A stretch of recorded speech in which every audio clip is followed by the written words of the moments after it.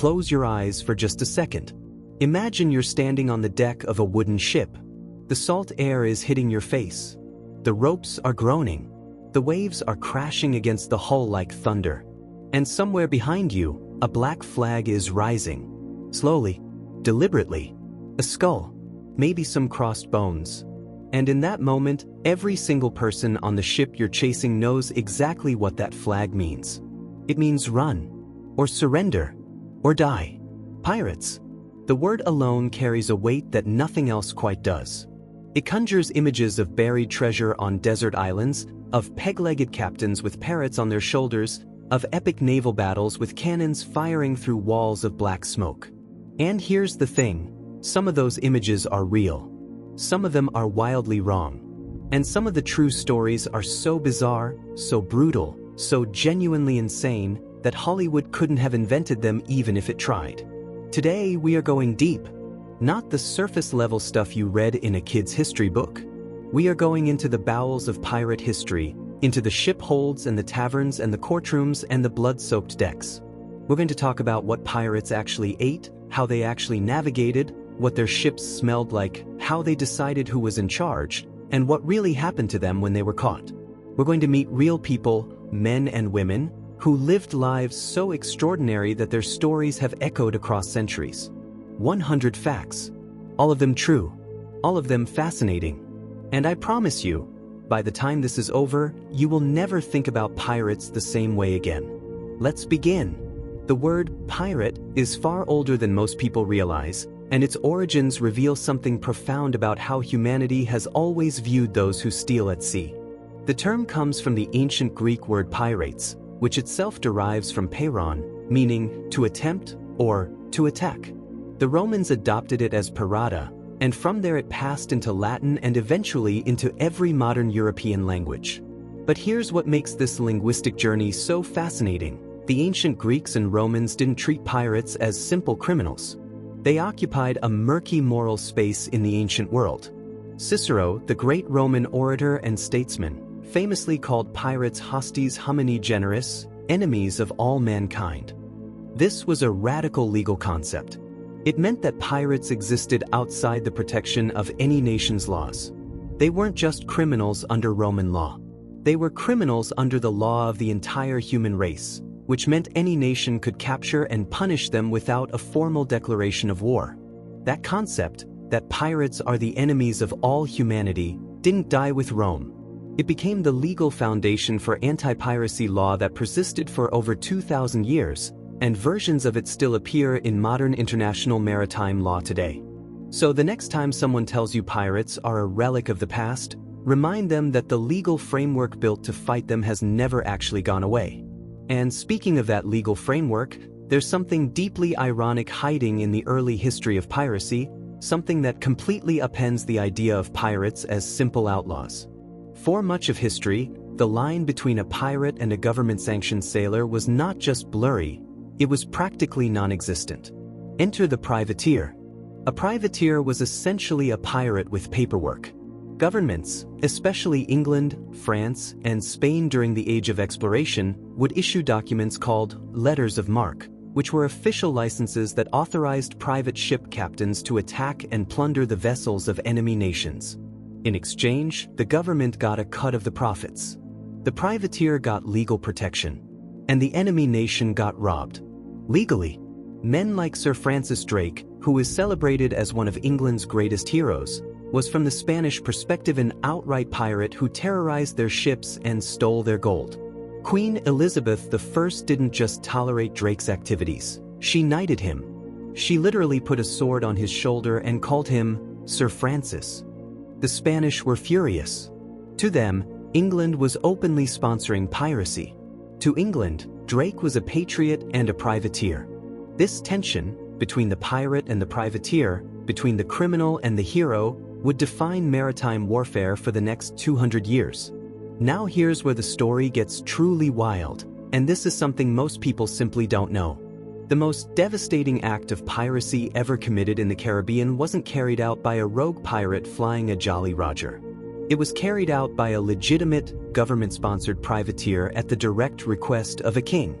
In 1671, a Welsh privateer named Henry Morgan led an army of roughly 1,200 men across the Isthmus of Panama, through jungles, over mountains, through ambushes and starvation, and attacked Panama City, the richest Spanish settlement in the entire Western Hemisphere.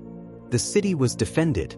The Spanish commander famously released a herd of cattle to scatter Morgan's forces. It didn't work. Morgan's men fought through the cattle stampede, broke the Spanish lines, and sacked Panama City. The plunder was staggering: gold, silver, jewels, church ornaments, the personal fortunes of some of Spain's wealthiest colonial subjects. Morgan returned to Jamaica a hero.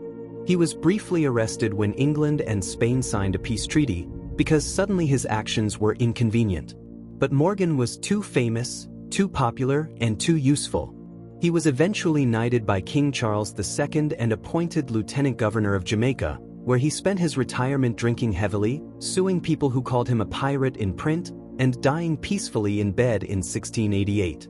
The man who committed history's greatest Caribbean raid died in comfort, with a title, in a governor's mansion. That's not a pirate story. That's a success story. Let's talk about the Golden Age of Piracy, because this is the era most people picture when they imagine pirates, and it was a genuinely remarkable, almost surreal period in human history. The Golden Age, which historians generally place between roughly 1650 and 1730, was born out of a perfect storm of historical circumstances. European powers had spent a century colonizing the Americas and establishing enormously profitable trade routes. Spanish treasure fleets carrying silver and gold from the New World crossed the Atlantic regularly. The Caribbean was dotted with islands, coves, and hidden harbors that made it almost impossible to patrol effectively. And after a series of major European wars ended in the early 1700s, thousands of trained sailors and soldiers suddenly found themselves unemployed. These men knew how to fight, how to sail, how to navigate, and they were desperate. For many of them, piracy wasn't a romantic adventure, it was an economic survival strategy.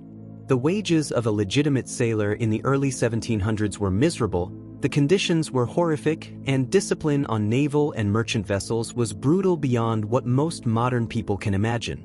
Piracy offered something rare and intoxicating: the chance to get rich, to be free, and to be your own master. And for a few glorious, terrifying decades, hundreds of ships and thousands of men made that choice. One of the most astonishing and underreported facts about the Golden Age of Piracy is that many pirate crews operated according to something that would be almost unrecognizable in the brutally hierarchical maritime world of the early 1700s, a democratic code. The idea that pirates were simply lawless savages who did whatever the strongest man demanded is largely a myth. Most successful pirate vessels operated under a written set of articles, a contract, essentially, that every crew member signed before the ship set sail. These articles varied from crew to crew, but they typically covered an extraordinary range of practical and ethical matters. They specified how the plunder would be divided, usually in proportional shares, with the captain receiving slightly more than common sailors but nothing like the enormous advantage captains held on legitimate vessels. They established rules for gambling on board, often prohibited or strictly limited. They set out compensation for crew members who were injured in battle: lose an eye, get a specific amount of money; lose a right arm, get a larger amount; lose a left arm, slightly less.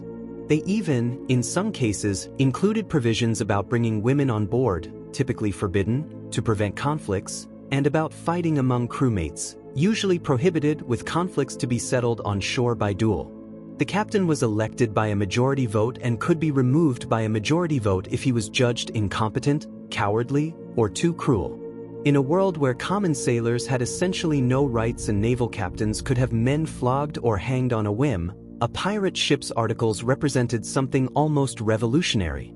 Here is a detail about those pirate codes that tends to genuinely astonish people when they encounter it for the first time. The division of plunder on a pirate ship wasn't just rough and approximate, it was meticulously calculated according to the articles.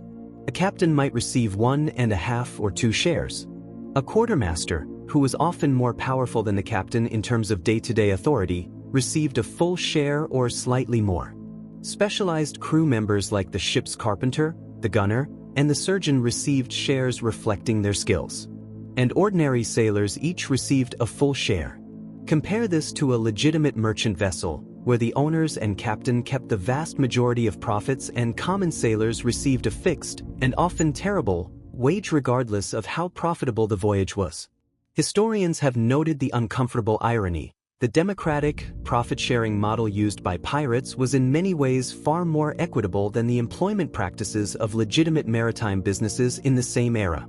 Pirates were, in a very specific economic sense, running a workers' cooperative. They just happened to be using violence to acquire the goods they were sharing. The image of the pirate captain as an all-powerful tyrant who rules through terror is, in most cases, historically inaccurate, and the true power dynamics aboard a pirate ship are far more interesting. On most pirate vessels, the actual day-to-day authority didn't rest with the captain at all. It rested with the quartermaster. The quartermaster was elected by the crew and served as a kind of combination of first officer, judge, HR manager, and labor union representative. He resolved disputes between crewmates. He oversaw the distribution of plunder. He led boarding parties when they attacked a target ship. He was, in many documented cases, the most powerful figure on the ship during non-combat situations. The captain, by contrast, was specifically and intentionally granted near-absolute authority only during actual battle, because in the chaos of a naval engagement, you needed someone who could give instant, unquestioned orders without stopping for a crew vote.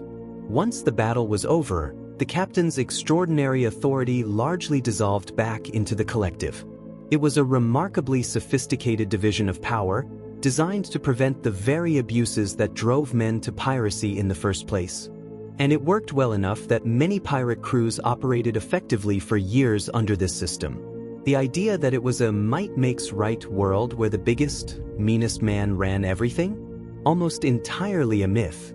And here's the thing about Blackbeard that most people genuinely don't know. There is no verified historical evidence that he ever actually killed anyone during his pirate career. Not one recorded death at his hands. His entire reign of terror, and it was genuinely terrifying, make no mistake, was built almost entirely on reputation, intimidation, and theater. He blockaded the port of Charleston, South Carolina, holding the city's harbor hostage and demanding a medicine chest as ransom. He received it. He terrorized ships up and down the American colonial coast and in the Caribbean. And through all of it, his preferred method was to display such convincing menace that his targets simply gave up. He was, in the most literal sense of the word, a performer. His death, when it came in November 1718 in a fierce battle with British naval forces near Ocracoke Island in North Carolina, was as dramatic as his life. He was shot multiple times and stabbed repeatedly, and according to accounts written shortly after the event, he continued fighting until he literally fell dead on the deck. His head was cut off and hung from the bowsprit of the attacking ship. The legend only grew. It's impossible to talk about Blackbeard without talking about the ship that made him famous, and this story reveals something important about how pirates operated at sea. The Queen Anne's Revenge, Blackbeard's flagship, was not built as a pirate ship. She started life as a French merchant vessel named La Concorde de Nantes, built in 1710. In 1717, Blackbeard captured her in the Caribbean. He recognized immediately that she was too valuable to simply plunder and sink. He had her armed, adding cannons until she had approximately 40 guns, and renamed her the Queen Anne's Revenge, almost certainly a reference to the recently ended War of the Spanish Succession, which had seen Queen Anne of England fight against France. At around 300 tons and with 40 guns, she was a formidable warship, far more powerful than most vessels a pirate crew could realistically operate. The irony is that Blackbeard seems to have run her aground deliberately in 1718, possibly to reduce his crew size so he could keep more plunder for himself and a smaller, more loyal core of followers. The wreck of the Queen Anne's Revenge was rediscovered off the coast of North Carolina in 1996 and has been under archaeological investigation ever since.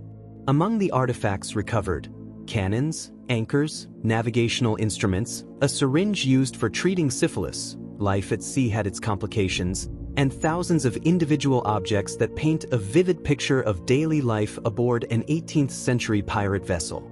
Now let's talk about a pirate whose story is, in some ways, even more remarkable than Blackbeard's, and who is dramatically less famous in Western culture than she deserves to be. Ching Shih, also spelled Ching Shih, which simply means wife of Ching Yi, was a former sex worker from Canton, China, who in the early 19th century commanded the largest pirate fleet in history. After her husband, the pirate lord Ching Yi, died in 1807, she didn't step aside. She stepped up. Through a combination of political savvy, personal courage, and ruthless strategic thinking, she took command of his confederation of pirates, known as the Red Flag Fleet, and expanded it into something that dwarfs anything the Caribbean Golden Age produced. At her peak, she commanded approximately 1,800 ships and somewhere between 80,000 and 100,000 pirates. To put that in perspective, the entire British Royal Navy at this period numbered fewer than 1,000 operational ships.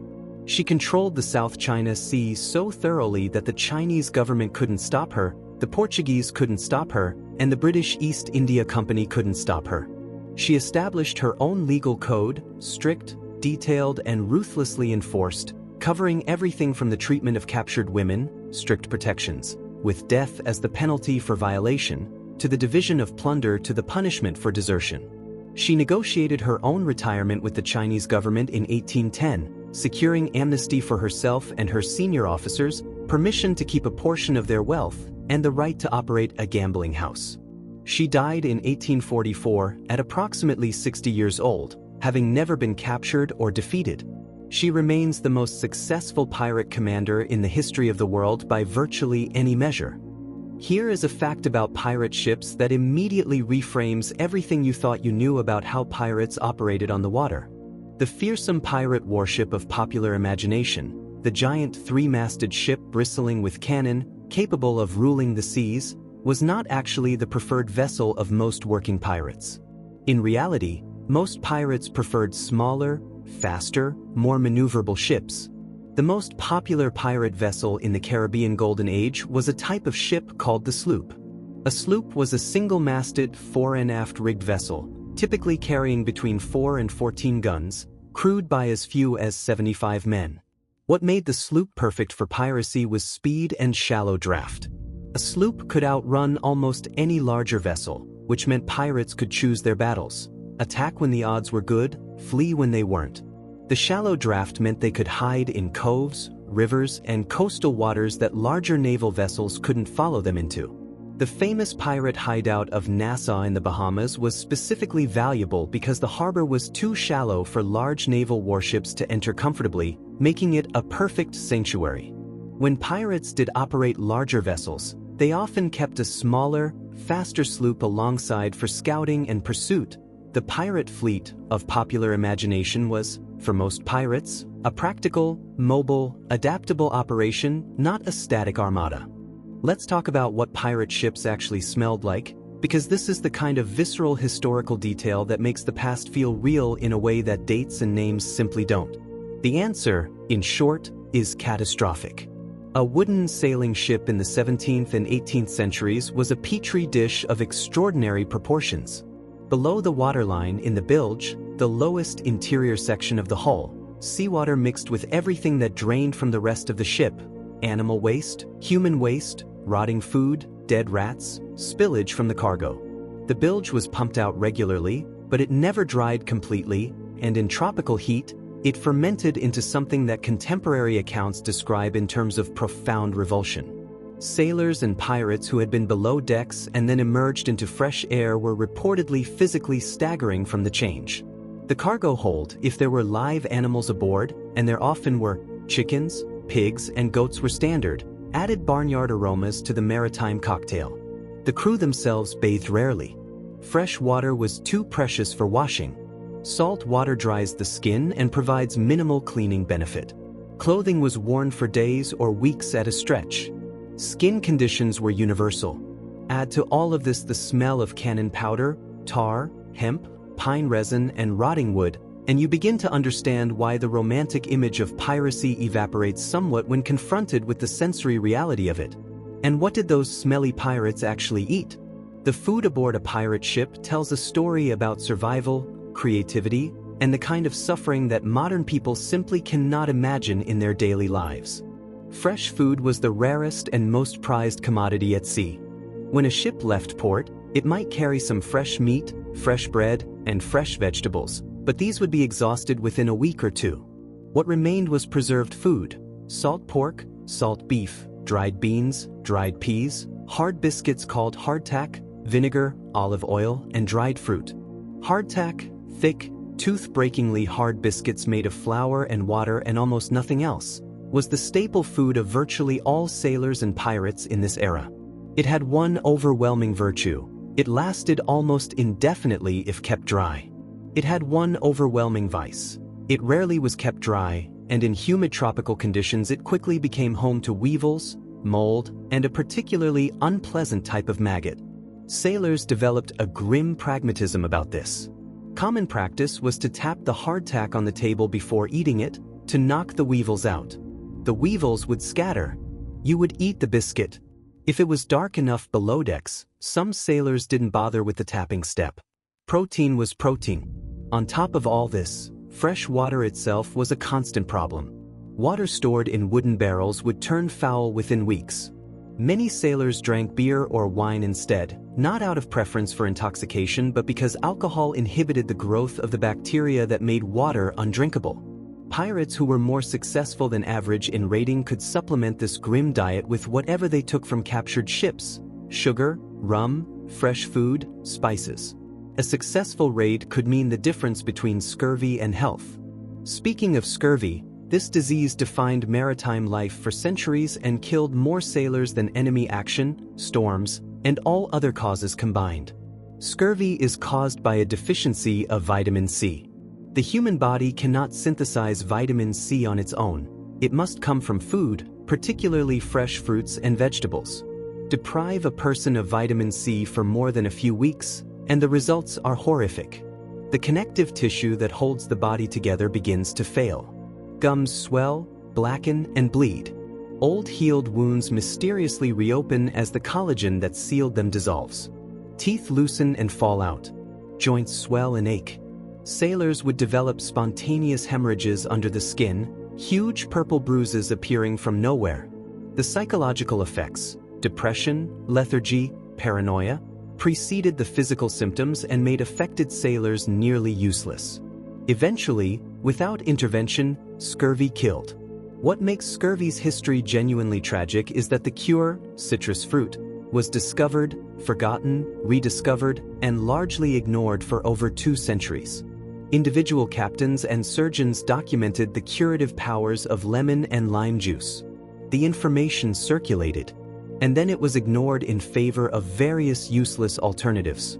It wasn't until 1753 that a Scottish naval surgeon named James Lind published a controlled clinical trial demonstrating citrus juice's effectiveness. And even then, the British Navy didn't make lemon juice a mandatory issue to sailors until 1795. In the meantime, countless thousands of sailors and pirates died of a disease that could have been cured by drinking the juice of a lemon. Now let's talk about medicine aboard pirate ships more broadly, because the ship's surgeon, a figure who appears in almost every pirate crew's manifest, occupied a genuinely extraordinary position in the hierarchy. And their methods were, to modernize, a combination of impressive resourcefulness and absolute horror. The primary surgical intervention available to ship surgeons was amputation. If a sailor suffered a shattered limb in battle, from cannonball or musket shot, the standard treatment was to remove it quickly before infection could kill the patient. The operation was performed without anesthesia, except for whatever rum or brandy the patient could be persuaded to drink beforehand. The standard technique involved a tourniquet to stop blood flow, a series of cuts through muscle and tissue with a large, very sharp knife, a saw to cut through bone, and then, this is the part that makes modern audiences physically flinch, cauterization of the wound with boiling oil or a hot iron to seal the blood vessels. A skilled surgeon could remove a limb in less than 2 minutes. Because speed was merciful, the longer the patient was conscious during the procedure, the greater the shock risk. Pirate crews understood the value of a good surgeon well enough that they were specifically exempted from being classified as willing pirates. A ship's surgeon captured on a pirate vessel could often argue, successfully, that they had been pressed into service against their will, because the legal system recognized that pirates needed medical care and would forcibly recruit surgeons to provide it. Here's a remarkable fact about pirate crews that completely overturns one of the most persistent myths about the Golden Age of Piracy. The image of the pirate crew as an exclusively white, exclusively English-speaking, exclusively European enterprise is historically wrong in a way that is both important and fascinating. Pirate crews of the Golden Age were among the most racially diverse groups of people on Earth in that era. Historical records from captured pirate ships, from pirate trials, and from contemporary accounts consistently show that a significant proportion, sometimes a majority, of any given pirate crew was made up of men of African descent, both enslaved people who had escaped and free black men who had chosen piracy over the brutal alternatives available to them. Some historians estimate that African and African-descended men made up between 25 and 40% of Atlantic pirate crews in this period. This makes a dark and important kind of sense. For an enslaved person in the Americas, piracy offered something extraordinary: freedom.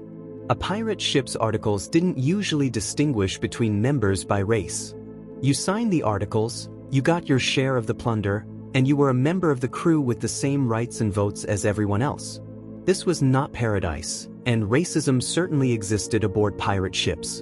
But the relative equality of pirate democracy was genuinely radical compared to the officially sanctioned brutality of the plantation system these men were escaping from. Let's follow that thread a little further, because there is one specific story that makes this historical reality vivid and personal. Among the crew of the famous pirate Blackbeard was a man known in historical records as Caesar. When Blackbeard's ship was attacked and defeated by Lieutenant Robert Maynard's forces in 1718, Caesar attempted something extraordinary. He had been stationed in the powder magazine, the room containing the ship's gunpowder, with orders that if the battle was lost, he was to fire the powder and blow up the ship rather than allow it to be captured. He was prevented from doing so, apparently, by another crew member. Caesar was captured and brought to trial in Virginia. He was found guilty of piracy and hanged. His story survives only in fragmentary court records and contemporary accounts, but those fragments reveal a man of courage and conviction, someone who had the presence of mind and the dedication to his crew to prepare to sacrifice himself rather than surrender. He was not a footnote. He was a person with a life, with choices, with agency, in a world that tried to deny all of those things to people like him. Now let's address one of the most iconic images in all of pirate mythology, the skull and crossbones flag, the Jolly Roger. Where did it come from? What did it actually look like? And what does the name even mean? The Jolly Roger, the black flag with a skull and crossbones, is so deeply embedded in our cultural image of pirates that most people assume it was universal among pirates. In fact, the design varied enormously from pirate captain to pirate captain, and the evolution of the pirate flag is a fascinating chapter in the history of psychological warfare. The very earliest pirate flags were simply red, plain red flags called Jolly Rouge in French, which may be the origin of the name Jolly Roger, though this etymology is debated. A red flag at sea was a universal signal meaning no quarter given, meaning we will not take prisoners, we will not accept surrender, we will simply kill everyone. The black flag came slightly later and represented a slightly more nuanced threat. Surrender now, and you might live. The skull and crossbones, hourglasses, representing your time running out, cutlasses, and bleeding hearts were all elements that appeared on various pirate flags in various combinations. Bartholomew Roberts, one of the most successful pirates of the Golden Age, flew a flag depicting himself standing on two skulls. Edward Calico Jack Rackham flew a skull over crossed cutlasses rather than crossed bones. The flag was, at its core, a branding exercise and a terror tool, carefully designed to communicate a specific message to a specific target at sea. Bartholomew Roberts, known as Black Bart, deserves far more fame in popular culture than he receives, because he was by almost any measurable standard the most successful pirate of the entire Golden Age of Piracy, and the details of his life are extraordinary. Roberts was born in Wales in 1682 and didn't become a pirate until he was approximately 37 years old, which, in this era, was practically middle age. He was initially taken on a slave-trading vessel called the Princess, which was captured by the pirate Howell Davis in 1719. Roberts was pressed into Davis's crew, but when Davis was killed in an ambush shortly afterward, Roberts was elected captain by the crew, a tribute to the respect he had already earned in a very short time. From that unlikely beginning, Roberts embarked on a pirate career so prolific it staggers the imagination. Over approximately 4 years, he captured an estimated 400 to 470 ships. He operated from West Africa to Newfoundland, raiding throughout the Atlantic world with astonishing range and effectiveness. He was known for his personal habits. He didn't drink alcohol, unusual on a pirate ship, where rum was currency. He preferred tea. He dressed extraordinarily well, elaborate waistcoats, fine hats with red feathers, gold chains, and he reportedly insisted on holding religious services on Sundays. He imposed strict rules about gambling and fighting on his ships, and he treated his crew with a fairness that inspired loyalty. He died in February 1722, killed by grapeshot in a battle with the Royal Navy off the coast of West Africa. His crew, reportedly following his instructions, threw his body overboard rather than allow it to be captured. He was buried at sea, dressed in his finery, somewhere in the deep Atlantic. Let's talk about something that sounds like myth but is thoroughly documented historical fact: the practice of pirates marrying one another. In the early 18th century, some pirate vessels practiced a form of male partnership called matelowage, from the French word for sailor, which was a legally binding arrangement between two men that gave each partner rights to the other's property in case of death, created obligations of mutual support and loyalty, and was recognized within pirate culture as a formal, committed bond. Matelowage had roots in the buccaneering culture of the Caribbean in the 17th century, particularly among the French buccaneers of Hispaniola, where it was a standard social institution. The partnership could be, and often was, simply a practical arrangement, a kind of mutual insurance policy in an era when death was never far away. But historical and anthropological evidence suggests that many of these partnerships were also romantic relationships. The existence of matelowage speaks to something important about the social world of pirates. Their societies were, in some ways, experimental. Freed from the rigid hierarchies and moral codes of mainstream European society, pirate communities sometimes created social arrangements that wouldn't have been possible or acceptable elsewhere. This doesn't mean pirate culture was utopian. It absolutely was not. But the spaces that opened up in the margins of civilization sometimes allowed for things that the center refused to countenance. Now we must talk about the two most famous women pirates of the Golden Age, because their stories are among the most remarkable in the entire era. And Bonnie and Mary Red sailed together aboard the sloop commanded by Calico Jack Rackham in the Caribbean in 1720, and both fought during the raid that eventually led to their capture. The details of both women's lives are filtered through unreliable sources, primarily a 1724 book called A General History of the Robberies and Murders of the Most Notorious Pirates by a man who identified himself as Captain Charles Johnson, possibly a pseudonym for Daniel Defoe, though this attribution is debated. According to these accounts, both women were formidable fighters who were reportedly more willing to resist capture than most of the male crew. When the British naval vessel commanded by Captain Jonathan Barnett attacked Rackham's ship, most of the crew were apparently drunk and hiding below decks. Bonnie and Reed, along with one or two others, were reportedly on deck fighting. After their capture, Rackham and most of the male crew were tried and hanged. Bonnie and Reed both pleaded their belly.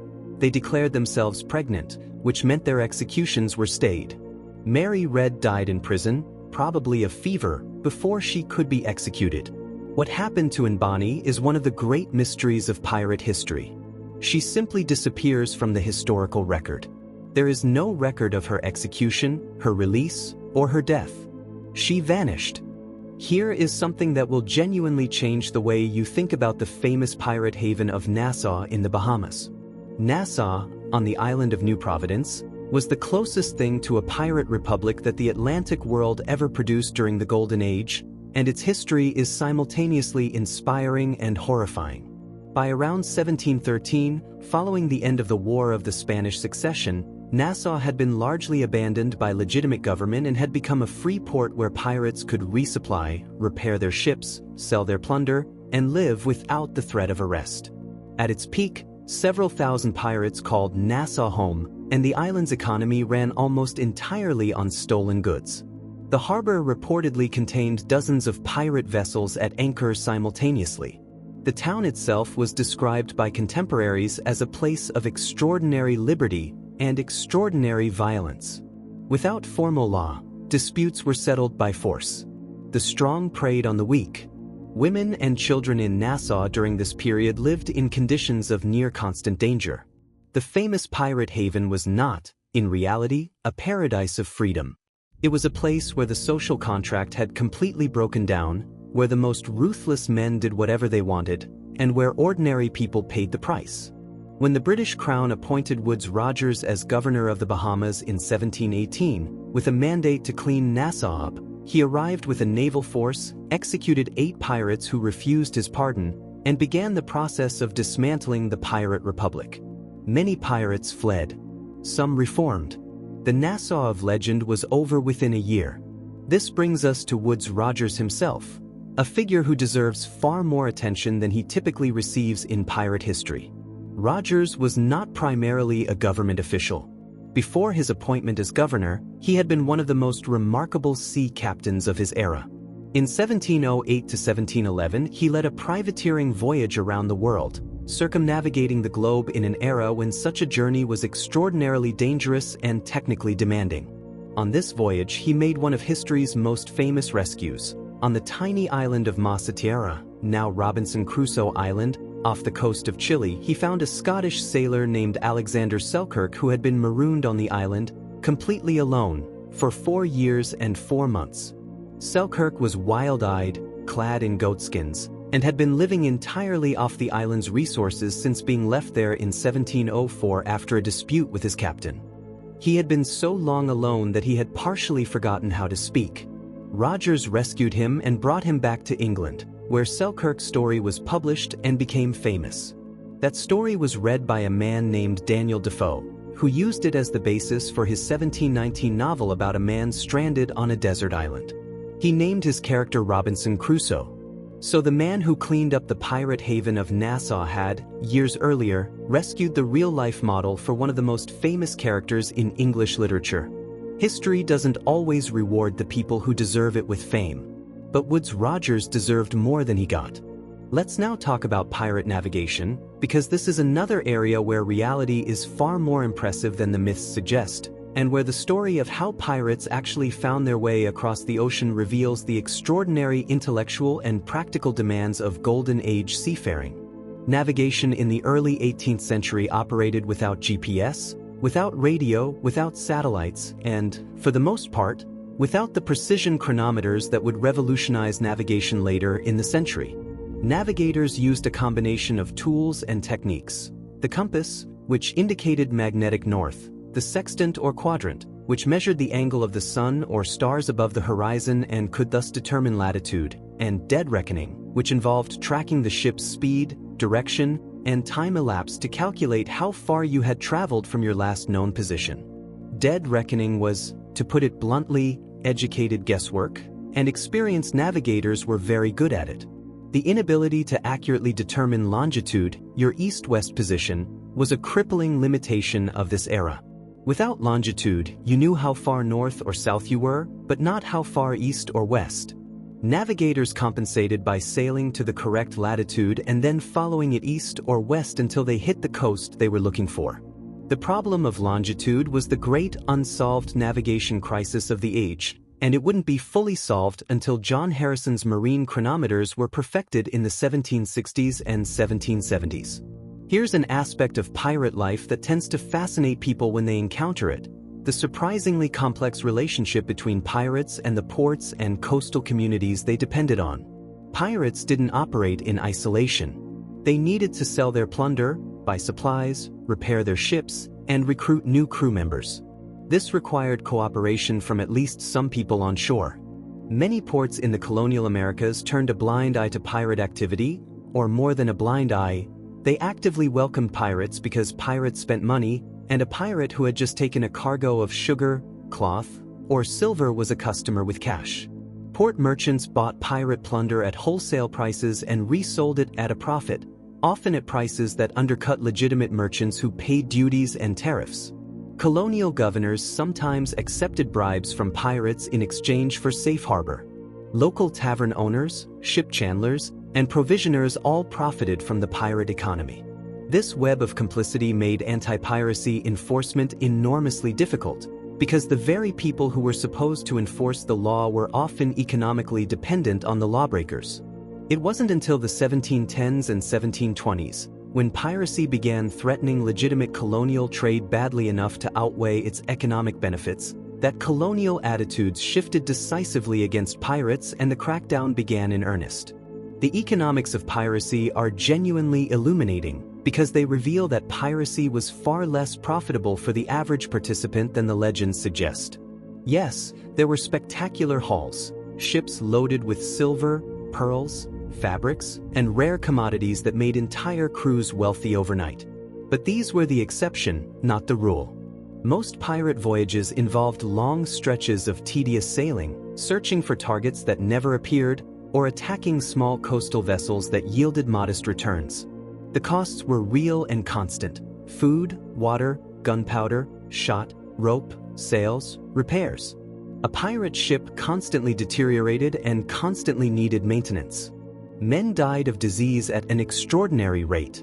The average career of an active Golden Age pirate has been estimated by historians at roughly 2 to 3 years, after which a pirate was either dead, captured, or had retired with whatever they had managed to accumulate. The few who became genuinely wealthy were the exceptionally lucky or the exceptionally skilled. For the majority, piracy was a kind of desperate gamble, a bet that the freedom and the chance of wealth were worth the near certainty of an early, violent, or miserable death. Let's talk about treasure, specifically the buried treasure that is so central to the pirate myth, and why, historically speaking, it was almost entirely fictional. The idea of pirates burying chests of gold on desert islands comes primarily from fiction, specifically from Robert Louis Stevenson's 1883 novel Treasure Island, which invented, or at least popularized, the image so thoroughly that it has never quite left the popular imagination. In reality, there is essentially no historical evidence that pirates regularly buried their treasure and left it for later. Think about the incentives. A pirate who had just taken a valuable cargo had a crew of dozens or hundreds of men who were entitled to their shares under the articles.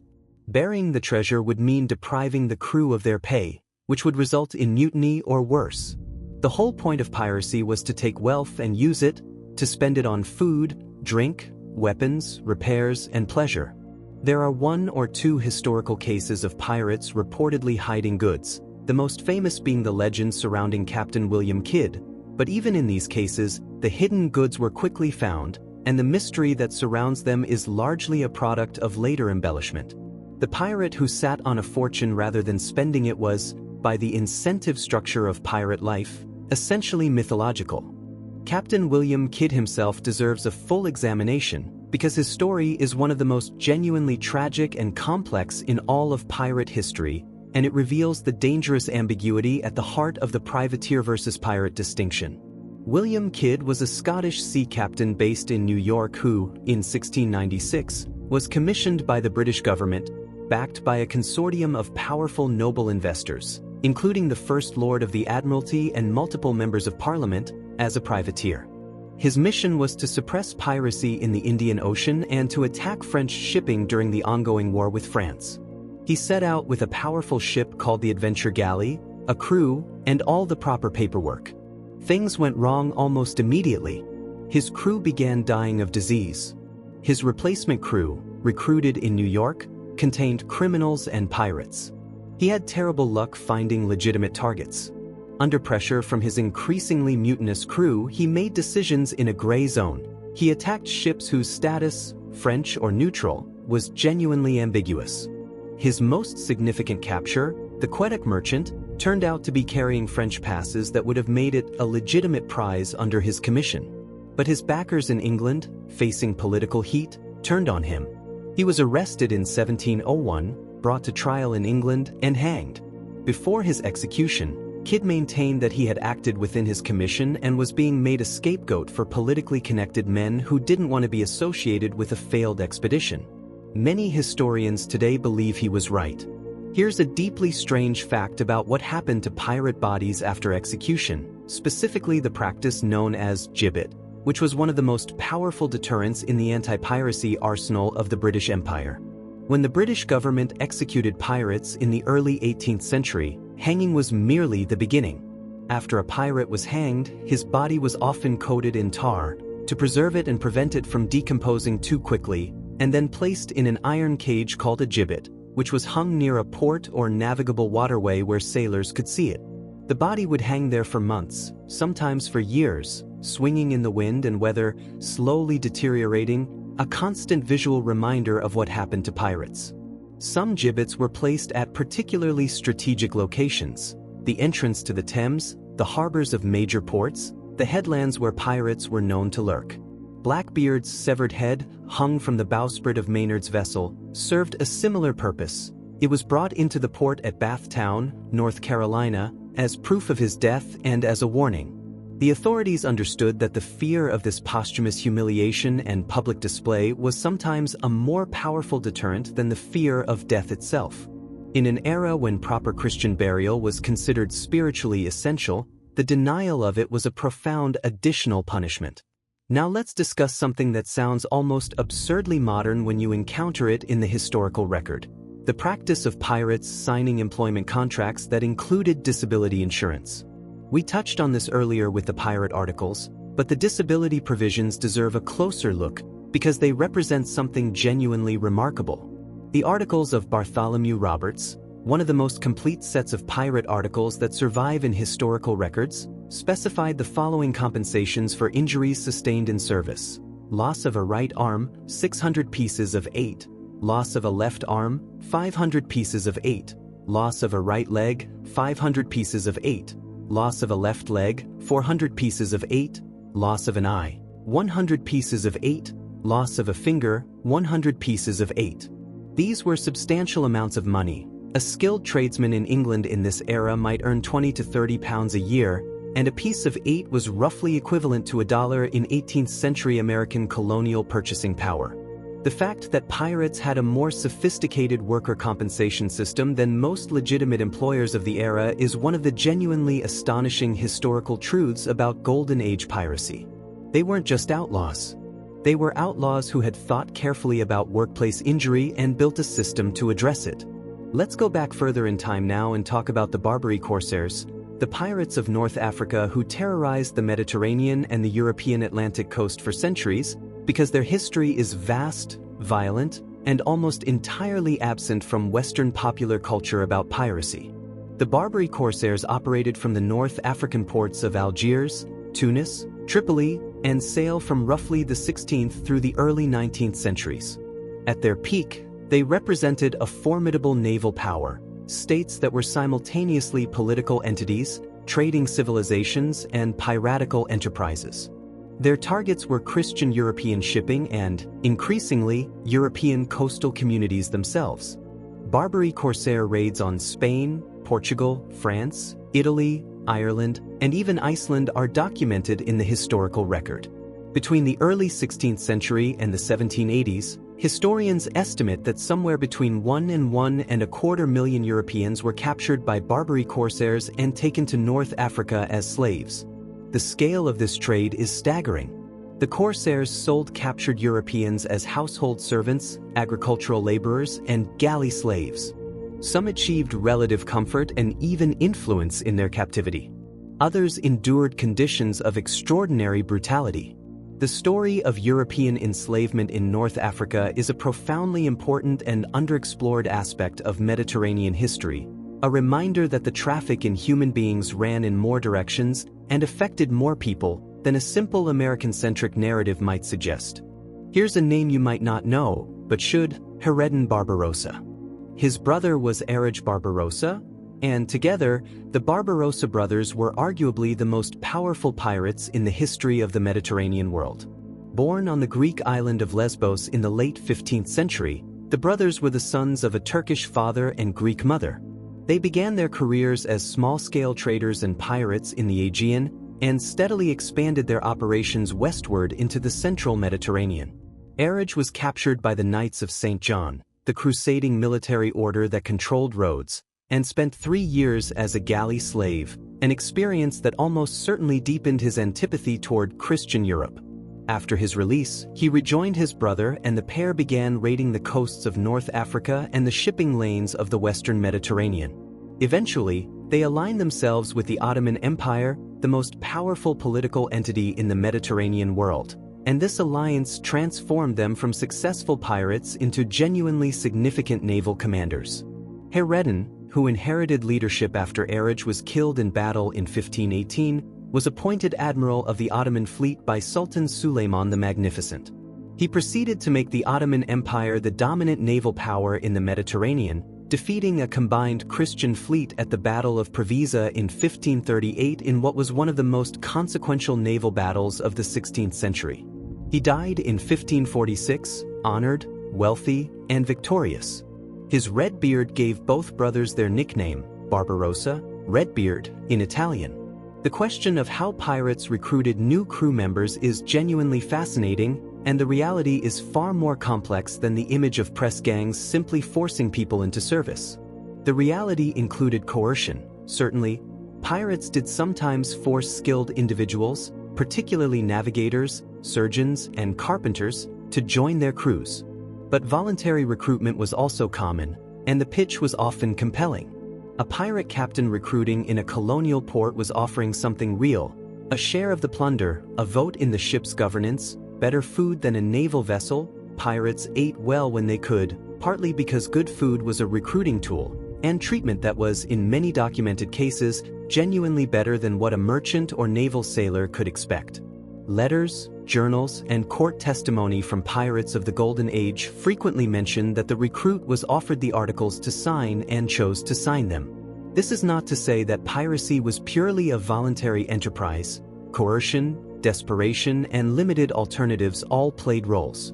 But the romantic image of piracy as freedom found its echo in reality.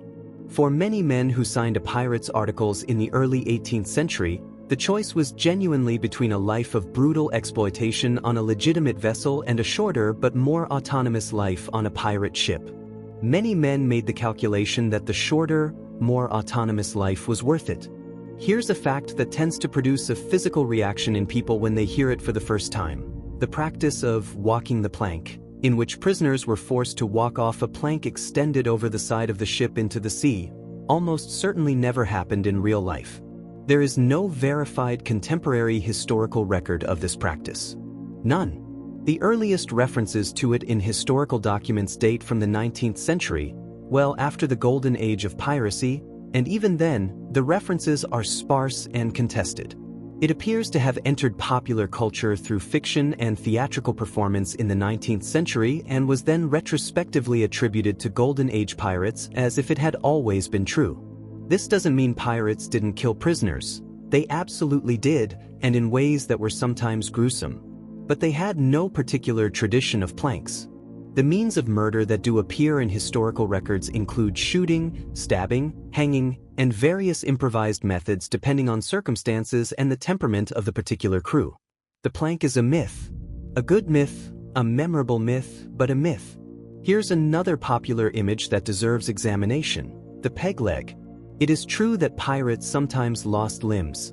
Combat at sea was extraordinarily hazardous, and cannonball strikes and grape shot produced horrific injuries. It is also true that wooden prosthetics existed and were sometimes used by sailors who had lost legs.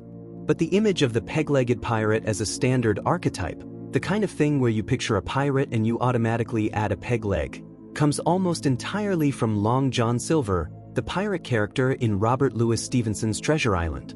Long John Silver is one of the most influential fictional characters in the history of English literature in terms of shaping popular perceptions of pirates, and he is entirely fictional.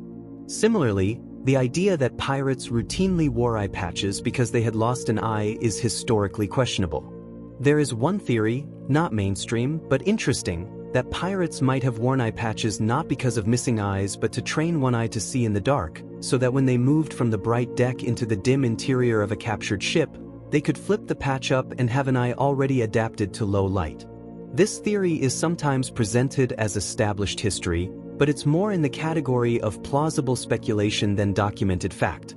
Now let's talk about the role that religion played in pirate life, because it is simultaneously more present and more complicated than you might expect. Most Golden Age pirates were, at least nominally, Christian. The majority came from Protestant or Catholic European backgrounds. They were not, as a rule, irreligious people. Some pirate crews maintained religious practices aboard ship with genuine conviction. Bartholomew Roberts held Sunday services. Some pirate articles prohibited work or combat on Sundays, in observance of the Sabbath. There are accounts of pirates praying before battle, and of clergy being captured and kept on board because their presence was felt to be spiritually valuable. At the same time, many pirates demonstrated a kind of casual, syncretic religiosity that blended Christian practice with superstition, folk magic, and whatever other spiritual frameworks crew members had brought from their various cultural backgrounds. African crew members might bring spiritual practices from West African religious traditions.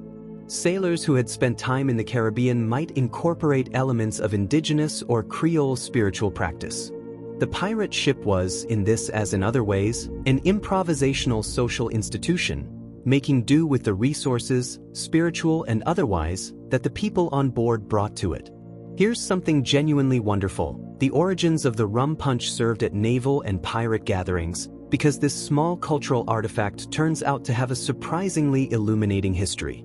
The drink known as grog, watered-down rum with citrus juice and sugar, was not invented by pirates. It was invented, or at least standardized, by a British naval admiral named Edward Vernon, who in 1740 ordered that the daily rum ration issued to Royal Navy sailors be diluted with water to reduce drunkenness on his ships. Vernon was known for wearing a grogram cloak, a coarse waterproof fabric, and his sailors mockingly nicknamed him Old Grog. The diluted ration became grog.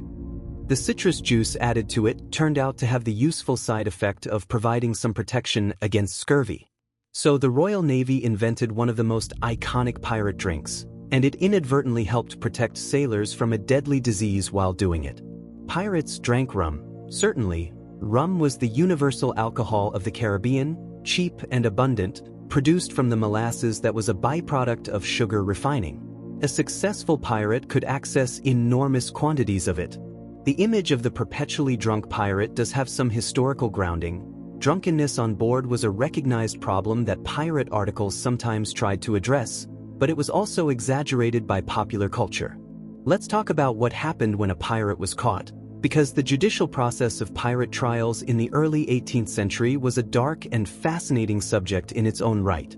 Under the Piracy Act of 1700, the British Crown established special admiralty courts to try pirates, specifically in the colonies, to avoid the expense and difficulty of shipping captured pirates back to England for trial.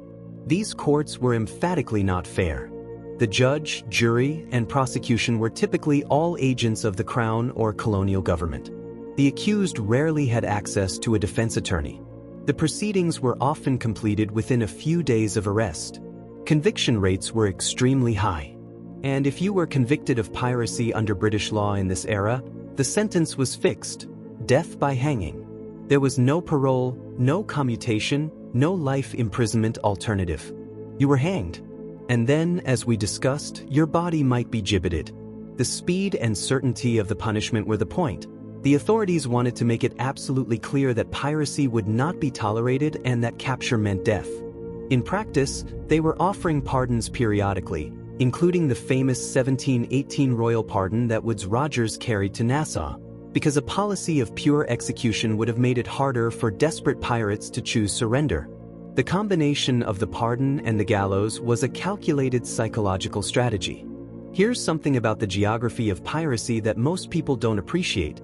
The Golden Age of Piracy was not primarily a Caribbean phenomenon. Yes, the Caribbean was important: Nassau, Tortuga, Port Royal.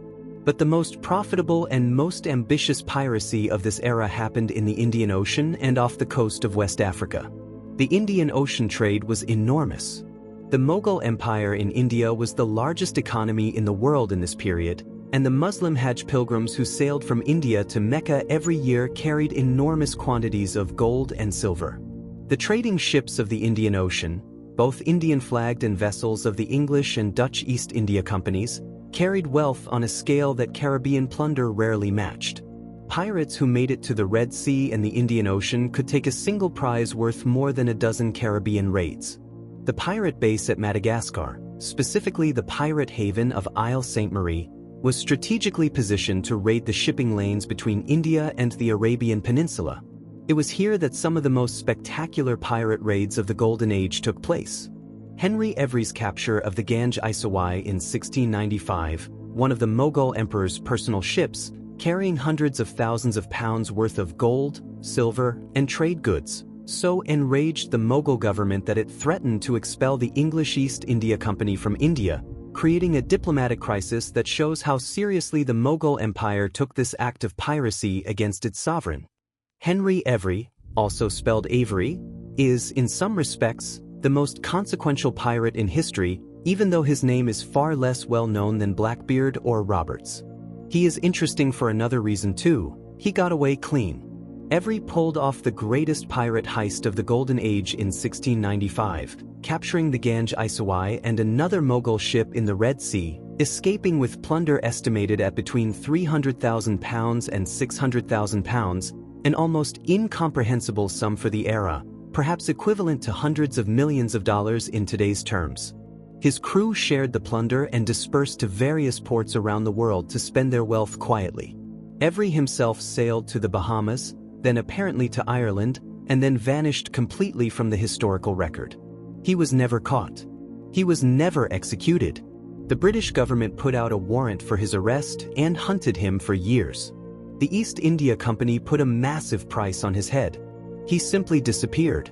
There were rumors that he had returned to Madagascar, that he had set up a pirate kingdom in West Africa, that he had died in poverty trying to sell diamonds that no one would buy from a known pirate. None of them were confirmed. Henry Every is history's greatest pirate success story and its greatest unsolved mystery. This is a good moment to talk about the famous novel that may have shaped the popular image of pirates more than any other source, and which may have been partly based on real events and real people in ways that historians are still debating. A general history of the robberies and murders of the most notorious pirates, published in 1724, is the primary source for most of what popular culture knows about Golden Age pirates. It contains biographical accounts of dozens of pirates, including detailed descriptions of their ships, their crews, their raids, and their personal characters. The book is vivid, engaging, and reads with the verve of a thriller rather than a history text. For over 2 centuries, historians treated it as a largely reliable document. The pirates it described were real, their raids were real, and the details were assumed to have come from genuine sources. More recently, scholars have become much more cautious. The book contains errors that could have been caught by basic fact-checking, dramatically embellished stories, and in one case, the pirate utopia of Libertalia, supposedly founded in Madagascar by a pirate named Captain Mission, a story that appears to be entirely fictional with no supporting historical evidence.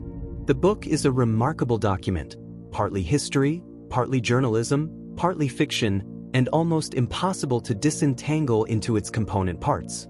Here's something about pirate ships that reveals the unglamorous physical reality of nautical life in this era: the fouling of ships' hulls.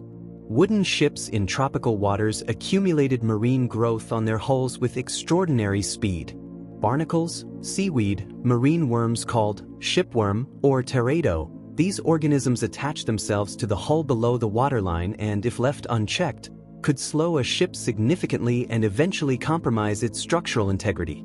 Shipworm was particularly destructive. It bored into wood, hollowing it out, creating a honeycomb of damage that could eventually cause the hull to fail catastrophically. The solution was a process called careening, hauling the ship onto a beach or shallow water, tilting it on its side, and scraping the hull clean before applying a coating of tar, tallow, and sometimes sulfur to kill marine organisms and slow future fouling. Careening required a safe location, sufficient manpower, and a period of vulnerability. The ship couldn't sail while careened, and if enemies appeared, it couldn't fight effectively. Pirates needed reliable careen locations, which was one of the reasons certain isolated coves and islands became so strategically valuable. A pirate crew that couldn't careen regularly was sailing a slower, weaker ship, a ship that could be caught by a naval vessel it might otherwise outrun. Now let's talk about a particularly dark chapter in pirate history that reveals the hideous intersection of piracy and the transatlantic slave trade. Pirates attacked all kinds of ships, merchant vessels, coastal craft, fishing boats. They also attacked slave ships. And when they captured a slave ship, what happened to the enslaved people on board varied enormously depending on the specific pirates involved. Some pirates freed the enslaved people, offered them the chance to join the crew as equals under the Articles, and many took that offer. This happened with enough regularity that it appears in historical records from multiple sources. The freedom offered by a pirate ship, however dangerous and precarious, was real freedom in a way that nothing else available to an enslaved person in the 18th century Atlantic world could match. But other pirates treated enslaved people as cargo, as plunder, essentially, and sold them in port exactly as the slave ship captain would have done. The same system that drove men to piracy for freedom could, in the hands of different men, perpetuate the very systems of bondage they themselves had escaped. This moral complexity, this simultaneous existence of radical equality and brutal exploitation within the pirate world, is important to hold in mind when thinking about what piracy meant in the age of the slave trade. Let's take a moment to talk about one of the most dramatic and cinematic episodes in the history of Atlantic piracy, because it sounds like it was written for the screen, and it happened, in its essentials, exactly as described. In 1717, the pirate Samuel Bellamy, known as Black Sam, one of the more romantically inclined figures of the Golden Age, captured a large English slave ship called the Widow Galley near the Bahamas. The Widow was a fast, well-armed ship, and Bellamy immediately converted her into his flagship. He sailed north along the American coast, taking prize after prize, until in late April 1718 he was off the coast of Cape Cod, Massachusetts, in the middle of a powerful nor'easter storm.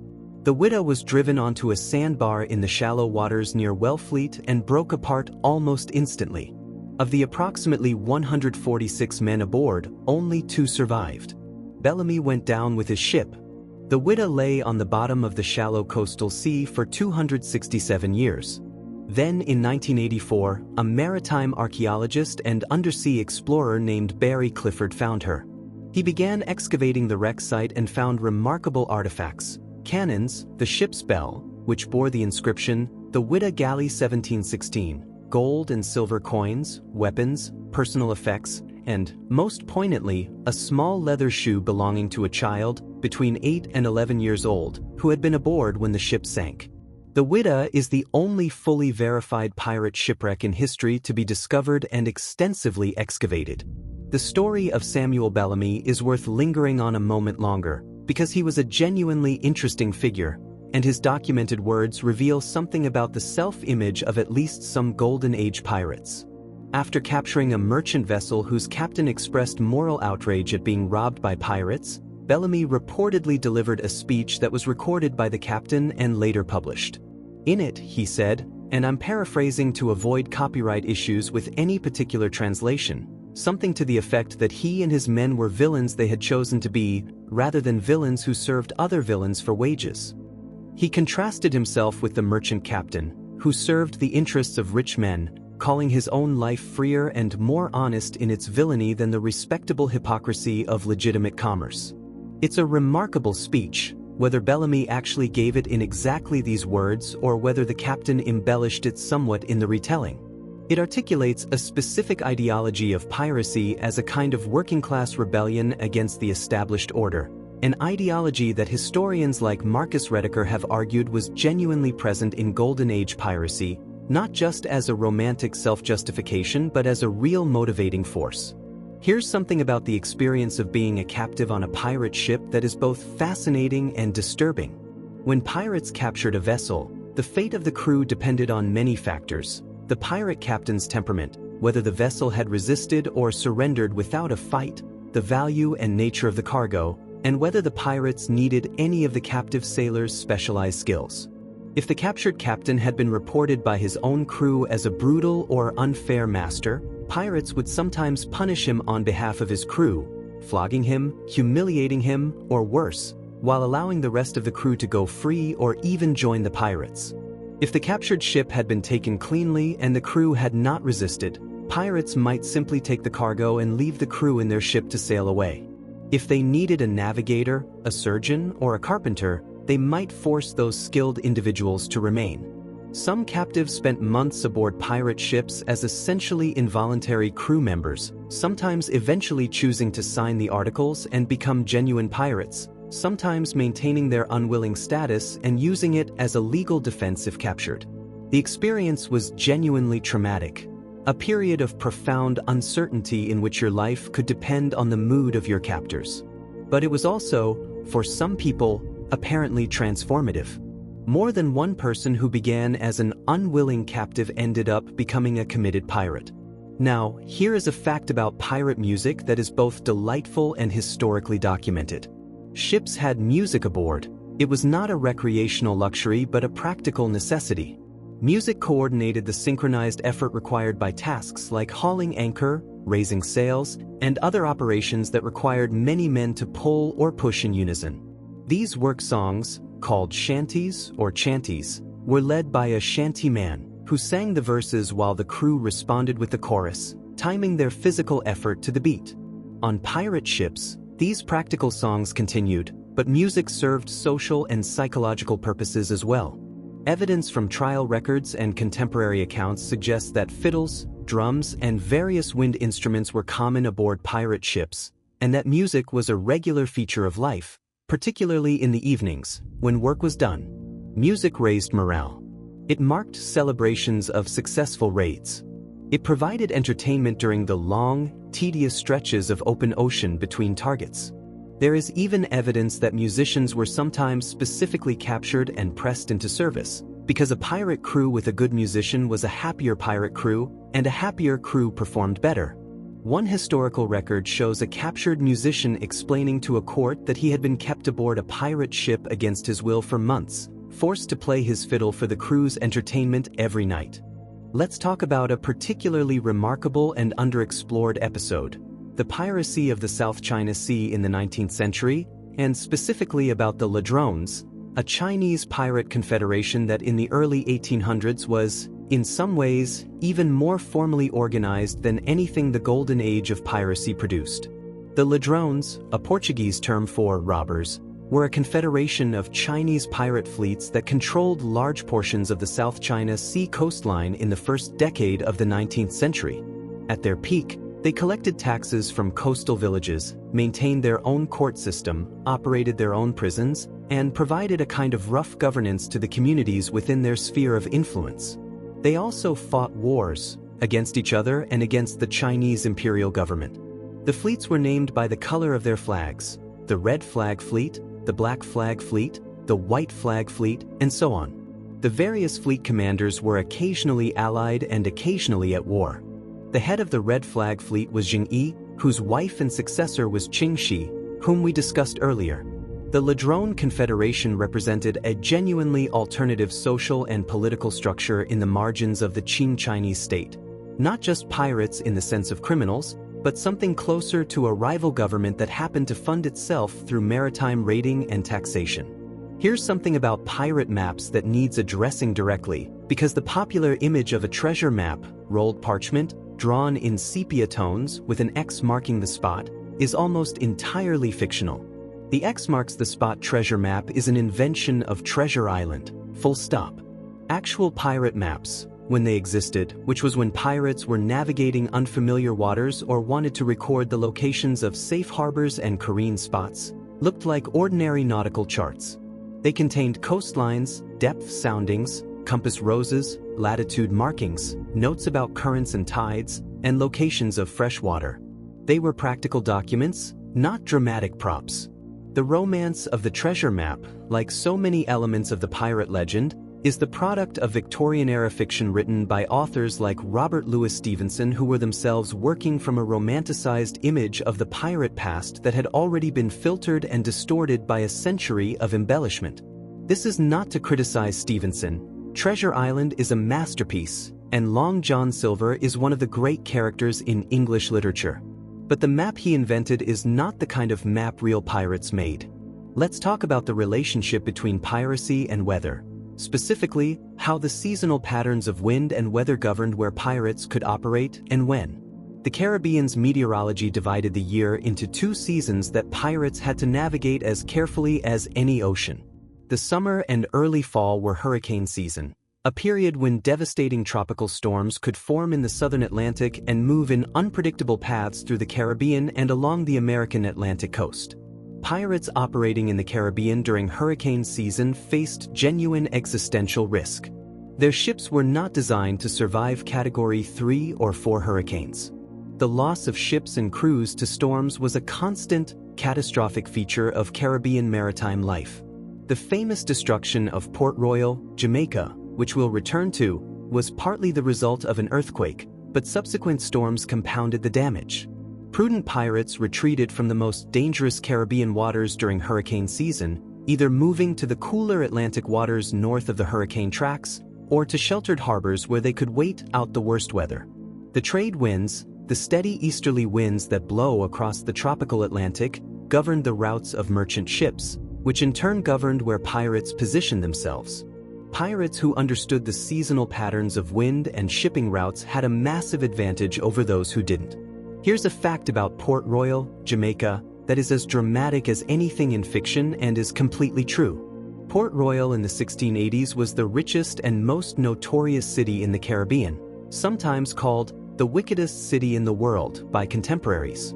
It sat at the end of a long spit of land jutting into Kingston Harbor, and it was the commercial hub of the English Caribbean, a place where pirates, merchants, privateers, and government officials all did business together in a state of cheerful moral ambiguity. The city had hundreds of taverns, brothels, and gambling houses. It was reportedly possible to walk the length of it in 20 minutes, but those 20 minutes would take you past more concentrated depravity than most cities twice its size. The privateers operating out of Jamaica, Henry Morgan prominent among them, used it as their base of operations. Then, on June 7, 1692, at approximately 11:43 in the morning, the earthquake struck. It lasted less than 2 minutes. It was estimated to have registered at 7.5 on what we would today call the Richter scale. The ground beneath Port Royal, which was built on a sandbar, liquefied. Buildings, people, and animals sank into the earth as the sand lost its structural integrity. Then, as the earthquake ended, a tsunami wave swept through the harbor. In a matter of minutes, 2/3 of Port Royal had sunk beneath the waters of Kingston Harbor. Approximately 2,000 people died immediately. Thousands more died in the weeks that followed from disease and injury. The city was never fully rebuilt. It was, to the deeply superstitious people of the 17th century, divine judgment on a sinful city. The submerged ruins of Port Royal are still there, under the harbor, and archaeological excavations have recovered thousands of artifacts, including a pocket watch, stopped at 11:43. Let's now talk about the famous pirate haven of Tortuga, or more precisely, let's separate the Tortuga of legend from the Tortuga of history. Tortuga is a small island off the north coast of Hispaniola, which today contains Haiti and the Dominican Republic. In the mid-17th century, it was a base of operations for the Caribbean buccaneers, the predecessors of the Golden Age pirates. The buccaneers were originally a mixed group of French, English, and Dutch hunters who had settled the wild interior of Hispaniola, hunting the feral cattle and pigs that had been abandoned by earlier Spanish colonists. They smoked their meat on wooden frames called boucans, which is where the name buccaneer comes from. When the Spanish forcibly evicted them from Hispaniola to prevent a potential English or French settlement growing there, the buccaneers retreated to Tortuga and turned to piracy as an alternative livelihood. Tortuga became their base, a place where they could sell plunder, careen their ships, and recruit. The romantic image of Tortuga as a pirate paradise of total anarchy, as portrayed in many films, is somewhat exaggerated, It was actually under French colonial administration for much of its history as a pirate haven, and the French governors alternately cracked down on piracy and actively encouraged it, depending on their relationship with Spain at any given moment. Here's a remarkable bit of pirate-adjacent history that most people have never encountered: the story of the Nassau pirates' encounter with the concept of a pirate republic and whether such a thing ever truly existed. The idea of Libertalia, a utopian pirate colony in Madagascar, supposedly founded on principles of equality, shared property, and racial inclusiveness, appears in a general history of the pirates as a genuine historical settlement. For centuries, historians debated whether it was real. The current consensus, based on extensive research in African and European colonial records, is that Libertalia as described almost certainly never existed. There was no pirate colony in Madagascar based on an egalitarian constitution. However, and this is important, the idea was not completely without foundation. There were groups of pirates who settled in Madagascar and established relationships with local communities. Some of these relationships were exploitative. Some were more genuinely cooperative. European pirates who settled in Madagascar often married into local families, converted to local customs in some respects, and created communities that were genuinely intercultural. These communities were not utopias, but they were real, and they represented something interesting: the possibility of people from vastly different cultural backgrounds building something new together in the margins of empire. The legend of Libertalia appears to be a romantic exaggeration of this real, messy, complicated reality. Now let's talk about something that is rarely discussed in mainstream pirate history: the extraordinary role that the Caribbean islands of Hispaniola and Jamaica played as economic engines of piracy, specifically through the sugar economy. Sugar, white gold, as it was called, was the most profitable commodity in the early modern Atlantic world. The Caribbean colonies produced it in enormous quantities, using the labor of enslaved Africans under conditions of horrific brutality. The sugar economy generated the ships, the trade routes, and the concentrations of wealth that made piracy profitable and necessary, and it generated the economic grievances that drove men to piracy in the first place. A sailor on a sugar-carrying merchant vessel was working one of the most miserable jobs in the Atlantic world: long voyages, brutal discipline, low pay, and the constant psychological weight of participating in a system of slavery even if you weren't yourself enslaved. Many men who turned pirate had worked in the sugar trade and left at the moment an alternative appeared. The sugar economy and the piracy economy were two sides of the same coin. One required the other, and understanding either requires understanding both. Here's a fact about how pirates dealt with time at sea that reveals the mental and psychological demands of extended ocean voyages. On a pirate ship that might spend weeks or months at sea, the passage of time was measured and structured in ways that are quite different from modern experience. The ship's day was divided into watches, typically of 4 hours each, so that each crew member stood 2 4-hour watches per day, with different crew members assigned to different watches to ensure the ship was always manned. This created a rhythm of sleep, work, and watch-standing that bore no relationship to the natural day-night cycle. A sailor might be on watch from midnight to 4 in the morning, sleep from 4 to 8, and then begin work during the day. The psychological effects of this rotating schedule, combined with the physical demands of sailing and the emotional pressures of pirate life, must have been substantial. Historians who have analyzed crew behavior in the historical record suggest that disputes, fights, and episodes of irrational behavior clustered around periods of extended boredom at sea, the long weeks between raids when there was nothing to do but sail, maintain the ship, and try to manage the tension that inevitably built up when dozens of armed, stressed men were confined together in a small wooden world. Let's take a moment to discuss the tools of violence that pirates actually used, because the history of pirate weapons is more nuanced and interesting than the Hollywood version. The cutlass, a short, curved, single-edged sword, was genuinely the preferred close-quarters weapon of most pirates and naval sailors. Its design was specifically adapted for fighting in the confined spaces of a ship's deck, short enough to maneuver in tight quarters, sturdy enough to chop through rope and rigging as well as flesh, curved in a way that made it effective for slashing rather than thrusting. Thrusting required room to extend your arm, which you often didn't have on a crowded deck. Flintlock pistols were also common, and many pirates and naval officers of the era carried multiple pistols into battle. You fired them once and then used them as a club, since reloading in the middle of a melee was essentially impossible.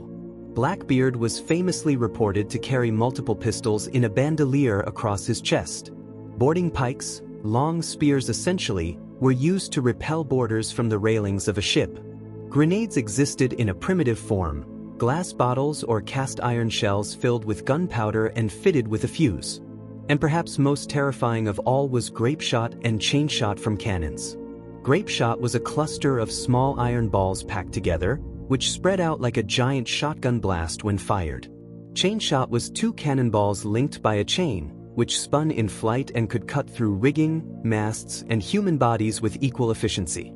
Here's a fact about the legal basis of piracy prosecutions in the British Empire that has profound implications for understanding the anti-piracy campaigns of the early 18th century. The Piracy Act of 1717, building on earlier legislation, established that piracy could be tried in admiralty courts in the colonies, as we've mentioned. But what made this particularly significant was the question of what exactly constituted piracy under law. The legal definition was far from simple. As we've seen, the line between pirate and privateer was often a matter of paperwork. Did you have a valid commission or not?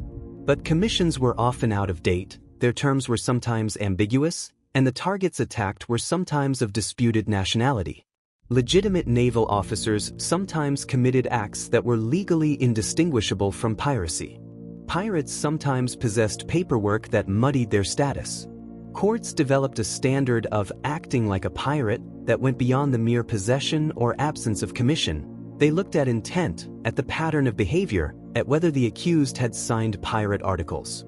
This legal complexity meant that piracy trials were, legally speaking, often quite interesting proceedings, even if their outcomes were foregone conclusions from a practical standpoint. Now here's something genuinely startling that almost no one knows. At the height of the Golden Age of Piracy, the total number of pirates active in the Atlantic world at any one time was probably around 1,500 to 2,000. That's it.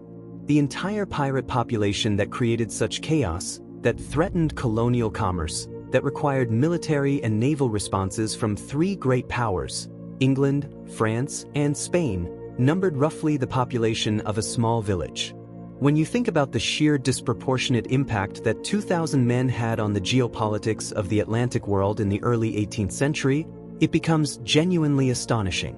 The fear that piracy inspired, the economic disruption it caused, the diplomatic crises it precipitated, all of it came from a relatively tiny group of desperate, resourceful, sometimes brilliant men who understood how to exploit the vulnerabilities of a vast maritime commercial system. The lesson is not flattering to the commercial powers who were so disrupted by such small numbers. But it is a remarkable demonstration of how asymmetric violence, how small groups of determined actors, can have consequences wildly out of proportion to their actual numbers. Let's shift now to the piracy of East Asia, because there's a story there that almost no Western account of pirate history covers adequately, and it's one of the most extraordinary in the entire global history of maritime raiding. During the 16th and 17th centuries, the coasts of China and Japan were terrorized by pirates known in Chinese as woku, often translated as Japanese pirates, though the reality was more complicated. The woku were indeed partly Japanese in origin, particularly in the earlier centuries. But by the 16th century, they were a thoroughly multinational enterprise. Chinese merchants who had been outlawed by the Ming government's ban on private maritime trade, Japanese samurai and merchants who had lost their positions in Japan's civil wars, Portuguese traders operating in the gray zone between commerce and piracy, and other actors from across maritime Southeast Asia. The woku raids on the Chinese coast were devastating at their peak in the mid-16th century, with raiding parties reportedly penetrating hundreds of miles inland and reaching cities as large as Nanjing. The Ming government's response, building coastal fortifications, deploying naval forces, and eventually lifting the trade bans that had made the illegal maritime economy so attractive, is one of the earliest examples of a government using both military and economic policy to address the root causes of piracy rather than simply trying to suppress it by force. Here's one of the darker facts of pirate history, and one of the most important for understanding what piracy meant to its victims rather than its practitioners. Pirates were not Robin Hoods. The romantic image of the pirate as someone who steals from the rich to give to the poor is almost entirely fictional and is contradicted by virtually all historical evidence. When pirates attacked a ship, everyone on it was a target, not just wealthy merchants, but the sailors who worked for them, who were often poor men no different in background from the pirates themselves. When pirates raided coastal communities, they took not just the goods of wealthy traders but the livelihoods of fishermen, farmers, and craftspeople who couldn't afford to lose what they had. The terror of a pirate raid fell on everyone in its path. The people who celebrated pirates as folk heroes in the Golden Age were, most often, people who lived far enough from active piracy that they could enjoy the romance without experiencing the reality. The communities that actually suffered pirate raids, the coastal settlements of West Africa, the fishing villages of the Caribbean, the merchant sailors who were attacked and robbed and sometimes killed, had a very different perspective. This is not to say that pirates deserve no sympathy in their broader historical context. But the Robin Hood fantasy deserves to be firmly set aside. Here's a remarkable episode from the very end of the Golden Age of Piracy that most people have never heard of, but which illustrates perfectly how the era came to a close. In 1722, a British naval squadron under Commodore Chaloner Ogle encountered the fleet of Bartholomew Roberts, the most successful pirate of the age, off the coast of Cape Lopez in West Africa. Roberts's crew was recovering from a celebration the night before. Many of the men were drunk or hungover. Roberts himself was drinking coffee and tea on the deck when the British ships appeared. In the confusion, Roberts's vessels failed to coordinate their response effectively. Roberts was killed early in the engagement, struck in the throat by grapeshot. With their captain dead and their crew disorganized, the pirates' resistance collapsed. Ogle captured Roberts's 2 main ships and 254 pirates, the largest single capture of pirates in the history of the Royal Navy. Of those 254, 52 were executed, 37 died in prison, and the rest were either imprisoned, transported, or acquitted. The trial that followed was one of the largest piracy trials in history and essentially ended organized piracy on the West African coast. Ogle was knighted for his achievement, the only naval officer to be knighted specifically for actions against pirates. The Golden Age was effectively over. Let's now travel to a very different time and place and discuss the pirates of ancient Rome, because they represent one of the earliest documented large-scale piracy crises in Western history and one that had consequences reaching to the very highest levels of political power. By the 1st century BCE, Mediterranean piracy had become so severe that it threatened the food supply of Rome itself, an empire of perhaps 1 million people whose grain came primarily by ship from Egypt and North Africa. The Cilician pirates, based in the rugged southeastern coast of what is now Turkey, had built fortified mountain towns, operated a fleet of hundreds of ships, and controlled the shipping lanes of the eastern Mediterranean so thoroughly that they were essentially taxing every ship that passed. They raided coastal cities, kidnapped wealthy Romans for ransom, including, famously, a young Julius Caesar, who responded with characteristic arrogance and eventually returned with a fleet and crucified his captors, and operated with near total impunity. The Roman response, when it finally came, was extraordinary. The Senate granted a general named Pompey an unprecedented military command, unprecedented funding, and unprecedented authority over the entire Mediterranean and its coastline for a distance of 50 miles inland. Pompey organized a systematic sweep of the sea, dividing it into sectors and clearing each one methodically. Within 3 months, he had essentially eliminated Cilician piracy as an organized military threat. He had the extraordinary and historically unusual wisdom to resettle the pirates he captured in agricultural communities rather than simply executing them, recognizing that desperate people without economic alternatives would just become pirates again. That story of Julius Caesar and the pirates is worth telling in its full version, because it's remarkable. In 75 BC, Julius Caesar, still a young man, not yet the world historical figure he would become, was sailing in the Aegean when his ship was captured by Cilician pirates. They held him for ransom, demanding 20 talents of silver for his release. Caesar, with a coolness that is either impressive or terrifying depending on your perspective, laughed at them and told them they had no idea who he was. They should demand at least 50 talents. The pirates apparently found this charming. They sent word for the ransom, 50 talents, to be collected. While he waited, Caesar spent approximately 5 weeks with his captors. He slept when he wanted, complained when they were too loud during his rest, participated in their games and exercises, wrote poetry and gave speeches, and told them repeatedly that he was going to crucify them once he was free. They laughed. They thought he was joking. The ransom arrived. Caesar was released. He immediately went to the nearest port, hired a fleet, went back to find the pirates, who had not moved, captured them, and had them crucified. Exactly as he had promised. He did show them one mercy. He had their throats cut before the crucifixion, to spare them the worst of the dying. Caesar's mercy was relative, but it was there. Here's an aspect of pirate mythology that has been almost entirely invented by Hollywood. The idea that pirates routinely made their captives or new recruits walk the plank as a ritual or entertainment. We established earlier that the plank has no historical basis.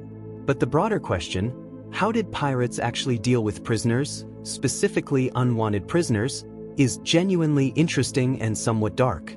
When pirates didn't want to keep prisoners, didn't want to release them, for fear they would report the pirates' location or activities, and didn't want to kill them outright, because unnecessary killing could demoralize even a pirate crew, and because too much violence made future targets more likely to fight to the death rather than surrender, the solution they often resorted to was marooning.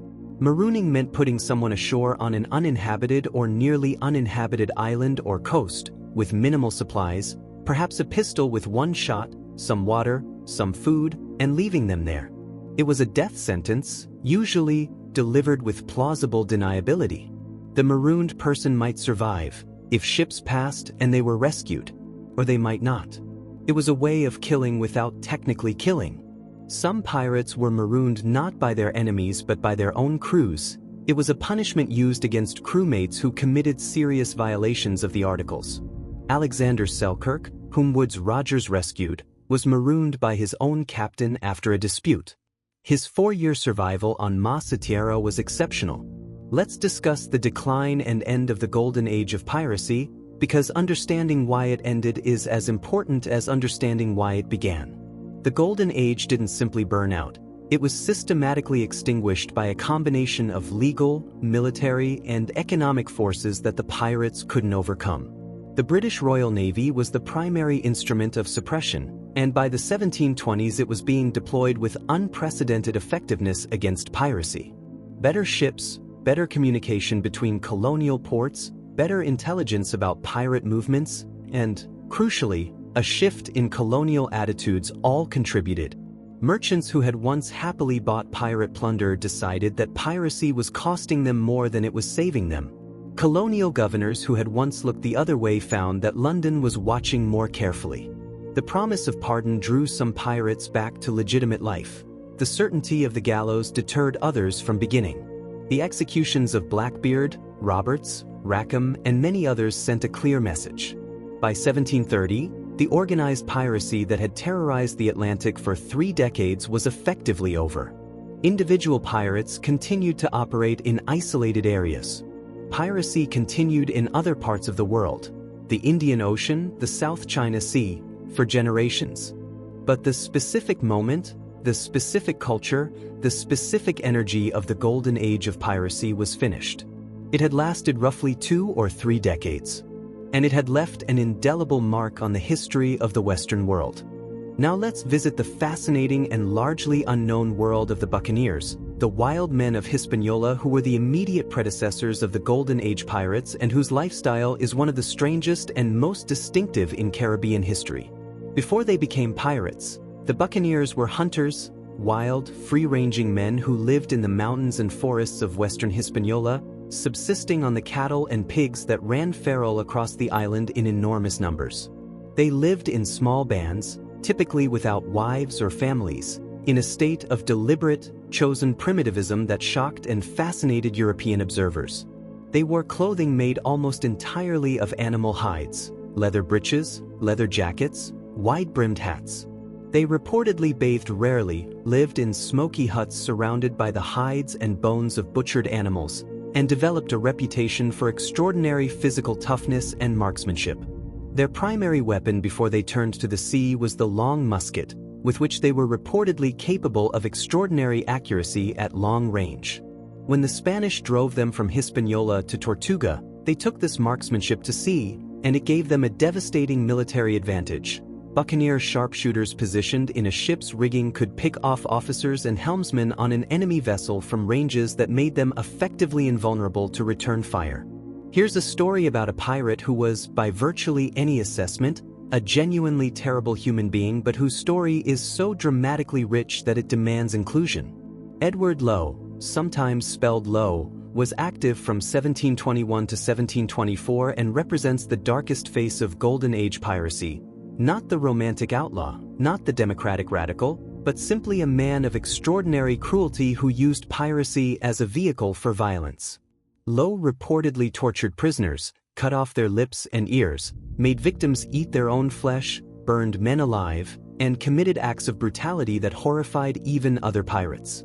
His behavior seems to have stemmed partly from genuine sadism and partly from a specific hatred of New England merchants. He came from a background of poverty and exploitation and directed particular venom at those he saw as representatives of the system that had ground him down. He was eventually marooned by his own crew after he murdered a sleeping crewmate during a quarrel. His ultimate fate is unknown. He was never captured by the authorities. He either died anonymously or continued to operate in the fringes of the Atlantic pirate world.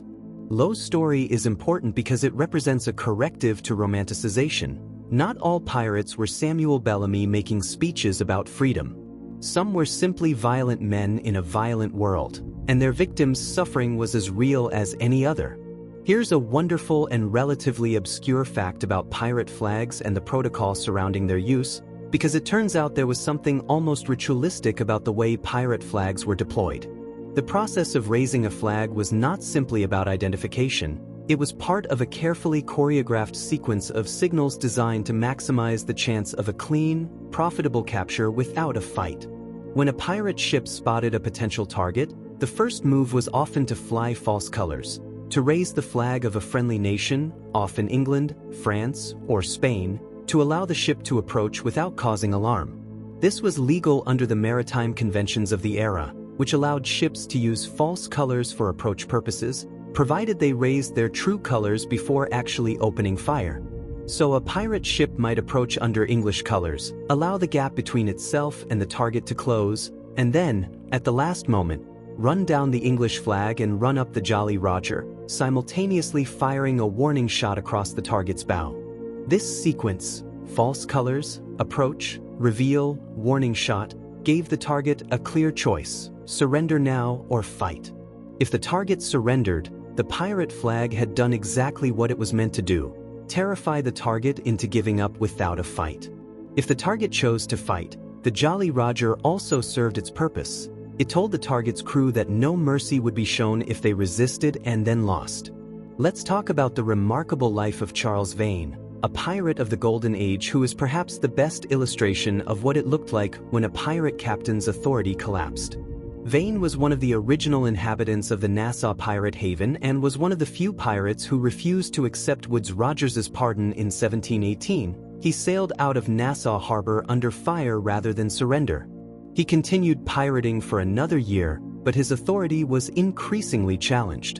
In 1718, he commanded a crew that encountered a French man-of-war, a powerful warship, and Vane decided the odds were too long and chose to retreat.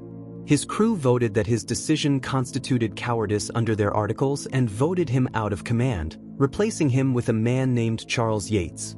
This is democracy in action, pirate style. A captain makes a decision, the crew disagrees, the captain loses his job. Vane was put ashore with a small number of supporters and a tiny vessel, essentially marooned by his own democratic process. He continued to pirate on a small scale, was eventually shipwrecked during a hurricane, survived on an uninhabited island for some months before being rescued by a passing ship, was recognized as a pirate, and was taken to Jamaica where he was tried and hanged in 1721. His story illustrates the extraordinary volatility of pirate life, from powerful sea rover to shipwrecked castaway to hanged criminal in the span of a few years. Here's something that connects the pirate world to the broader world of trade and commerce in a way that reveals how deeply embedded piracy was in the economic systems of the early modern world. The plunder that pirates took from their targets had to go somewhere. It had to be converted from stolen goods into usable money or supplies. The process by which this happened is sometimes called fencing in modern criminal terminology, and in the pirate era it was conducted by a network of merchants, tavern keepers, and officials who were, technically speaking, as guilty of piracy-related crimes as the pirates themselves. In colonial ports, particularly in English colonies where governors and magistrates were sometimes complicit, pirate goods were sold openly in markets. A cargo of fine cloth, sugar, spices, or silver could be sold at a discount to a merchant who would then sell it at market price, pocketing the difference. Everyone made money. The pirate got cash to spend on supplies, repairs, and pleasure. The merchant got discounted goods. The consumer got cheap prices. The only loser was the ship owner whose cargo had been stolen, and often those losses were covered by insurance. Maritime insurance was already well developed by this period.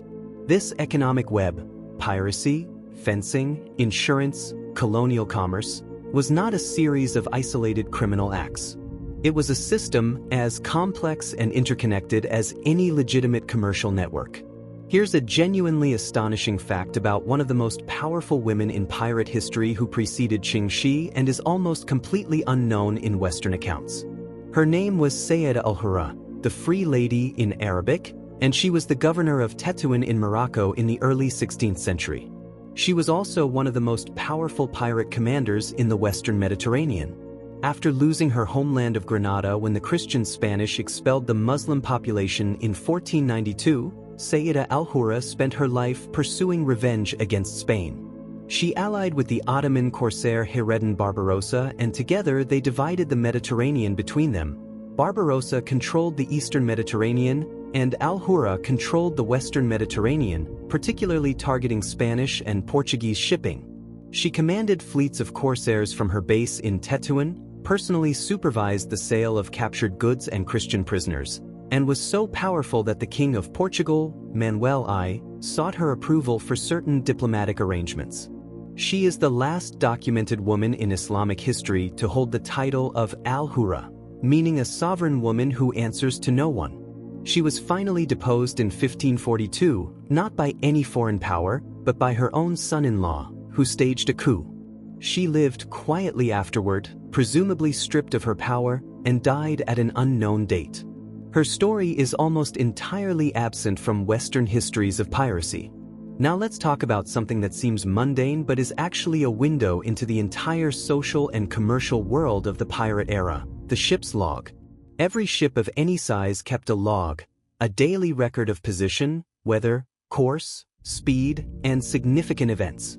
These documents are invaluable to historians because they are some of the most contemporaneous and detailed records of maritime life that survive. When a pirate ship was captured and brought to trial, the ship's log was often submitted as evidence. It recorded not just where the ship had been but what it had done: ships captured, cargoes taken, crew decisions, punishments administered. Some pirate logs that survive in trial records are extraordinary documents, spare, factual, sometimes grimly matter-of-fact about events of tremendous human drama.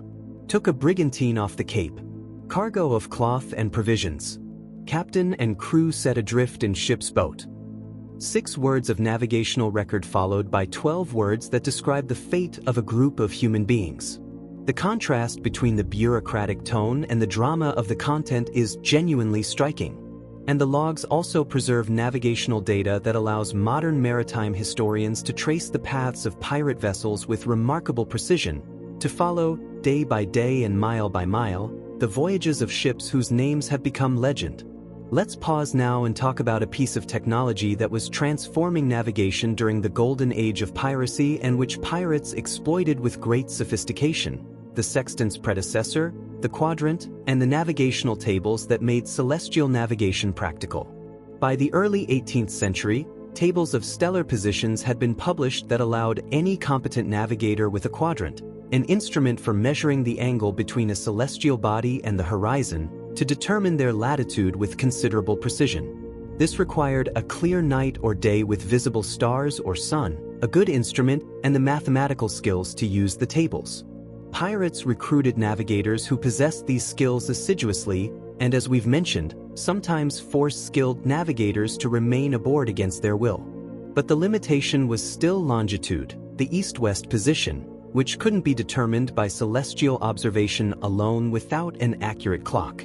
The longitude problem drove some of the greatest scientific minds of the era. Isaac Newton, Edmund Halley, and others tried and failed to solve it purely through astronomical means. The practical solution, as we noted, was John Harrison's chronometer, developed decades after the Golden Age ended. In the meantime, pirates navigating with quadrant and dead reckoning were operating in a world of permanent, gnawing uncertainty about their east-west position, uncertainty that could, and did, lead to shipwrecks when coasts appeared sooner or in different positions than expected. Here is one of the most poignant and revealing facts about the end of the pirate era. The mass trials that followed the suppression of the Golden Age piracy produced an enormous body of written testimony from real pirates, ordinary men explaining their choices, their lives, and the circumstances that led them to piracy. These documents, preserved in colonial court records and in the archives of the British Admiralty, give us something that is extraordinarily rare in the history of ordinary people before the modern era: their own voices, however filtered through the biases of their recorders. And what these voices reveal is almost uniformly consistent. Almost no one wanted to be a pirate forever. Almost every man who appears in these records, the ones who survived long enough to come to trial, had a destination in mind: enough money to retire, a small farm somewhere, a life of ordinary comfort beyond the reach of poverty and exploitation. The dream that drove piracy was not of endless adventure and battle. It was of enough. Enough to stop. Enough to live. It is one of the most human things about these men, these criminals, these outlaws, these enemies of all mankind, that at the heart of their extraordinary, violent, transgressive lives, what they wanted was something entirely ordinary. Here's a fact that connects piracy to one of the most significant moments in the history of economic thought. The arguments about free trade, mercantilism, and government regulation of commerce that dominated economic thinking in the late 17th and early 18th centuries were shaped, in part, by the experience of piracy. The English East India Company, which held a legal monopoly on English trade with Asia, was one of the most powerful economic entities in the world and was also one of the primary victims of Indian Ocean piracy. The company's response to piracy, and the debates about how to protect its trade while maintaining its monopoly, fed into broader arguments about the proper role of government in commerce. Adam Smith, writing in The Wealth of Nations in 1776, specifically criticized mercantile monopolies like the East India Company. The relationship between piracy, monopoly, and free trade is complex and not linear, but it is real. The experience of having a government-enforced monopoly unable to protect its trading lanes from freelance raiders forced people to think hard about what governments were for and what markets could and couldn't do. Let's talk about one of the most dramatic single moments in Golden Age piracy, one that encapsulates the entire era in a single scene. In August 1720, a pirate crew led by Charles Vane's former second-in-command, John "Calico Jack" Rackham, so called because of his preference for calico print clothing, captured a small fishing boat near Jamaica. The crew included, as we've mentioned, and Bonnie and Mary Red. The pirate vessel was a small sloop, and the crew was by most accounts a somewhat disorganized and heavily drinking group. On the night of October 22, 1720, a Jamaican privateer vessel commanded by Captain Jonathan Barnett caught up with them at anchor off the coast of Jamaica. The pirates' response to being attacked in the night was, reportedly, dismal. Most of the men were drunk and retreated below decks, with only and Bonnie, Mary Red, and one or two others attempting to fight on deck. According to accounts from the trial, Bonnie screamed at the men hiding below that they should come up and fight like men. They did not. The sloop was taken. Rackham and his crew were tried in Port Royal, Jamaica, in November 1720 and hanged shortly after. Rackham was gibbeted, his tarred body hung in an iron cage at a spot that has been called Rackham's Cay ever since. Calico Jack, who was known more for his dashing style than his seamanship, died not in a blaze of glory but half-drunk at anchor, taken by surprise in the night. Even pirate endings weren't always cinematic. Here is something about the psychological experience of being at sea in the 18th century that almost no modern person has truly contemplated. The ocean, for a sailor in this era, was not merely the setting of life. It was a presence, a force, an almost supernatural entity that surrounded you completely and could kill you at any moment with complete indifference. Storms could appear with little warning. Currents were imperfectly understood. Rocks and reefs were inadequately charted. Fog could reduce visibility to a few feet and persist for days.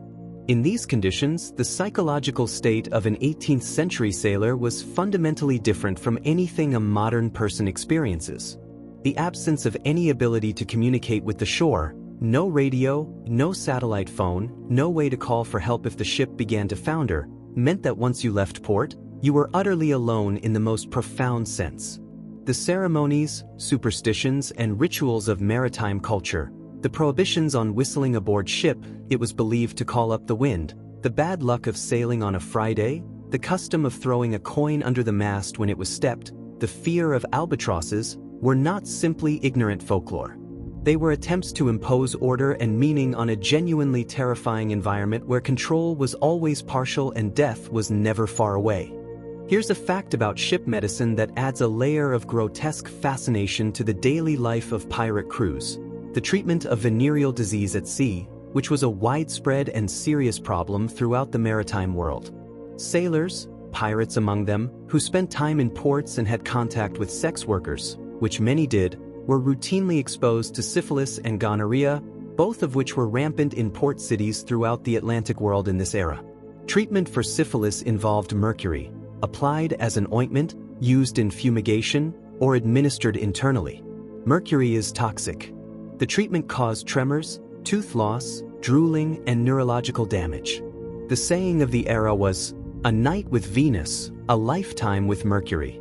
Gonorrhea was treated with a syringe, the same type of syringe, likely, as the one recovered from the wreck of the Queen Anne's Revenge, used to inject various solutions into the urethra. The experience was painful and the treatment only partially effective.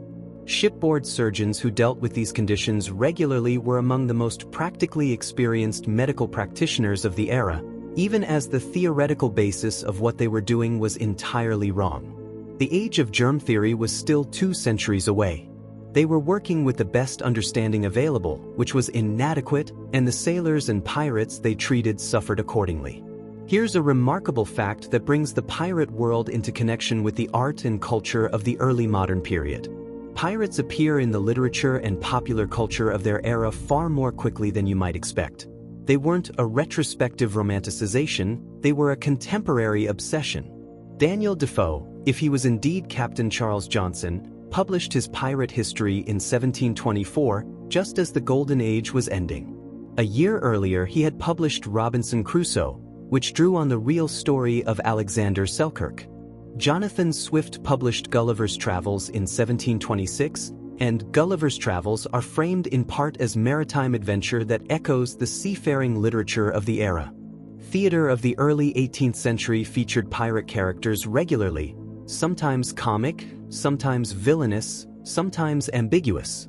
The cultural appetite for pirate stories in this period was voracious, and it was driven partly by genuine public fascination with the exotic world of the high seas and partly by the newspapers and pamphlets that covered pirate trials in sensational detail. The executions of major pirates were public events, attended by large crowds. The dying speeches of pirates, a genre of execution literature, were published and sold as popular pamphlets. The reading public of early 18th century England consumed pirate stories with the same appetite that modern audiences consume crime dramas. Let's talk about an often overlooked aspect of the Atlantic pirate world: the specific and important role of the island of Madagascar as a pirate base and, eventually, as the subject of one of the era's great myths.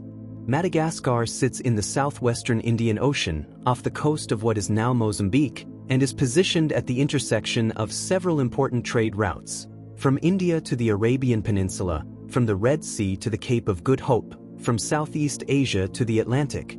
For pirates operating in the Indian Ocean, Madagascar offered something rare: a large island with numerous sheltered harbors, abundant fresh water and food, a local population with whom trading relationships could be established, and relative distance from any European naval power. From roughly 1685 to 1720, Madagascar, and specifically the island of Isle Sainte-Marie, now Nosy Boraha, off Madagascar's northeastern coast, served as a base for some of the most profitable piracy in the world. The pirates who operated from Madagascar were sometimes called the Red Sea Men, because they targeted the rich merchant traffic of the Red Sea and the Indian Ocean. Their hauls could be staggering.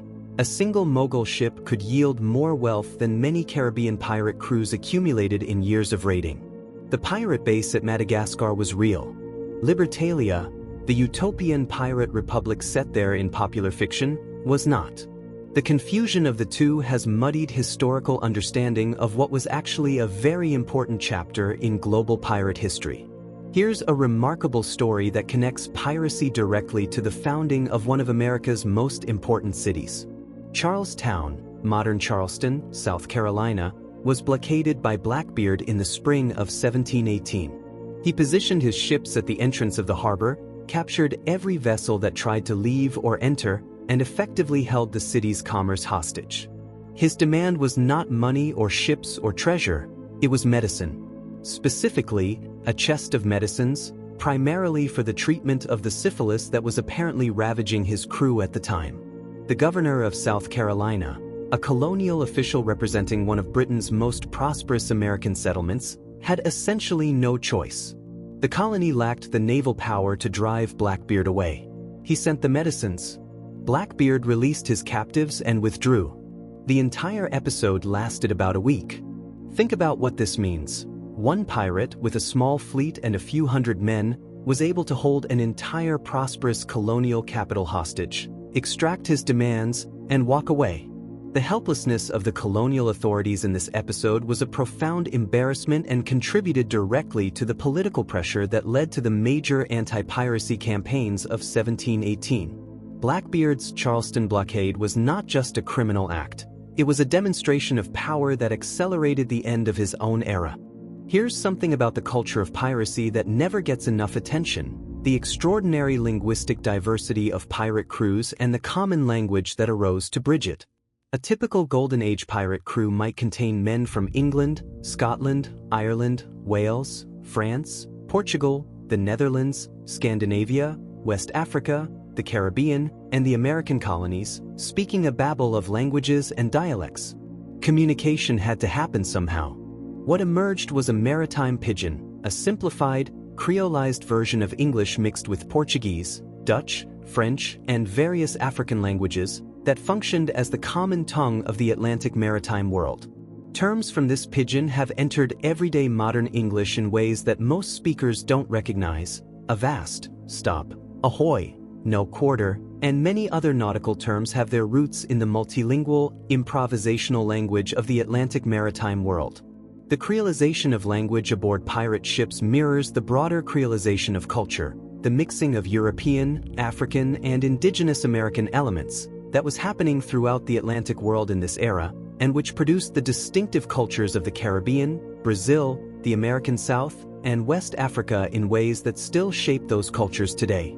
Here's one of the most important correctives to the popular image of piracy that any serious engagement with the subject requires: the recognition that for almost all of recorded history, piracy, as a concept, has been a political designation as much as a moral one. The line between pirate and privateer, between pirate and corsair, between pirate and naval commander, has always been drawn by those in power in ways that serve their interests.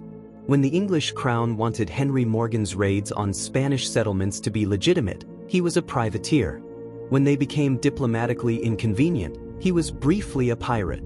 When the Ottoman Empire wanted Hayreddin Barbarossa's activities to be legitimate, he was an admiral. When European powers wanted to classify him as a criminal, he was a pirate. This doesn't mean there's no moral difference between a licensed naval commander and a freelance raider. There obviously is, in terms of accountability and constraint. But it does mean that the category of piracy has always been partly a tool of power, used to delegitimize maritime violence that isn't state-sanctioned while legitimizing exactly the same acts when they are.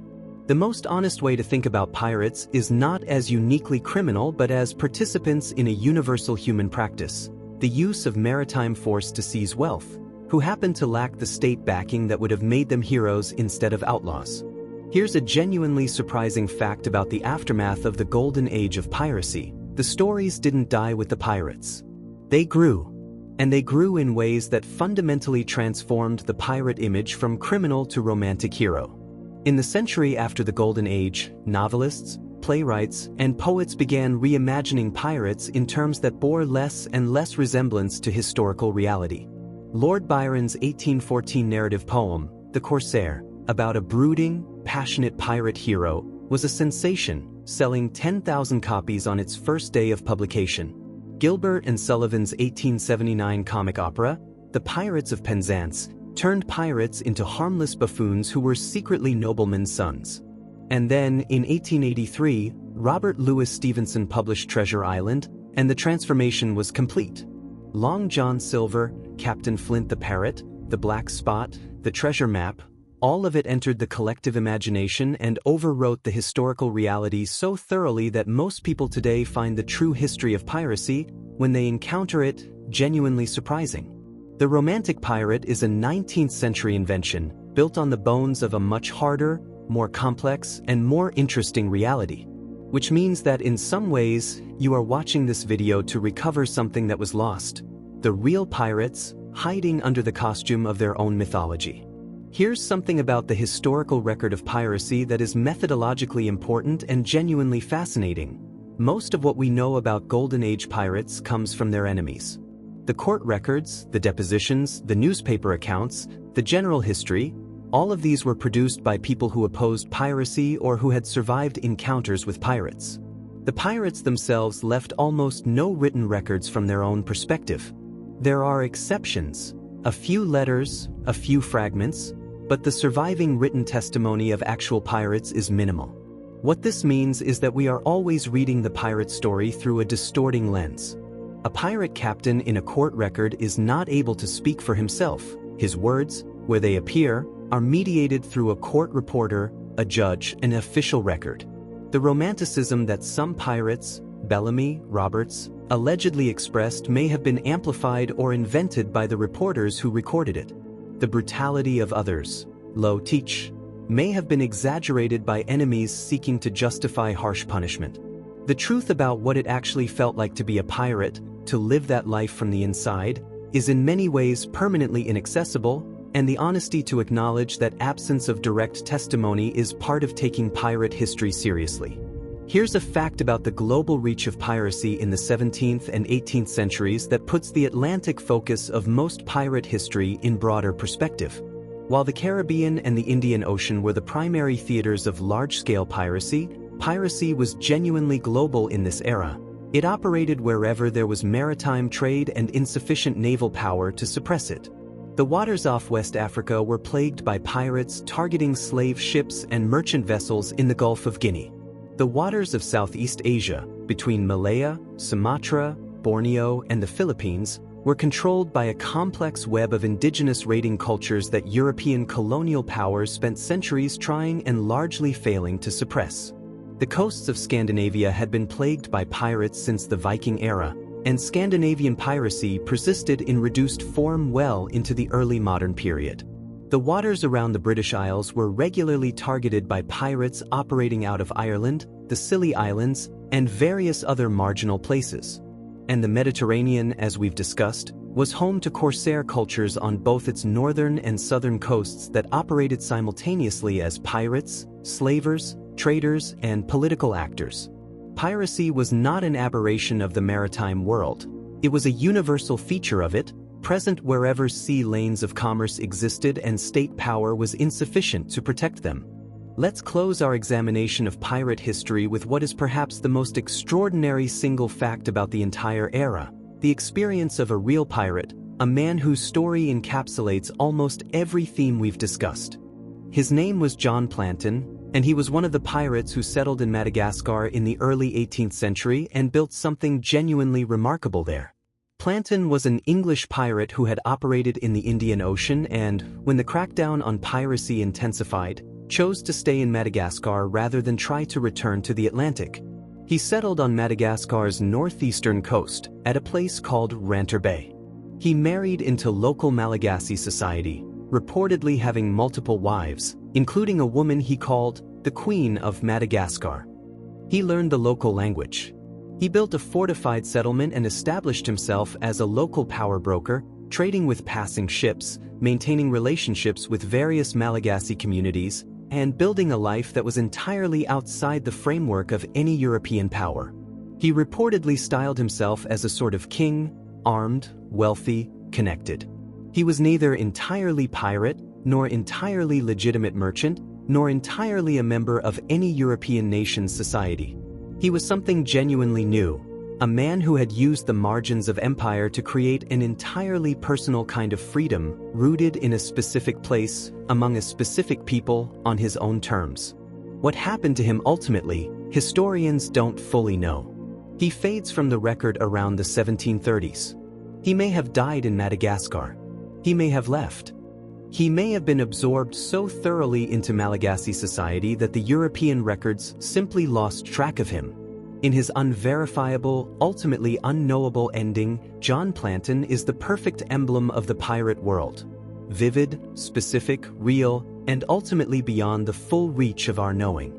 And that all 100 facts, from ancient Rome to Madagascar, from Caesar's kidnappers to Ching Shih's armada, from the smell of the bilge to the taste of weevily hardtack, from the horror of scurvy to the terrible beauty of a skull and crossbones rising against the wind, that is the true story of pirates.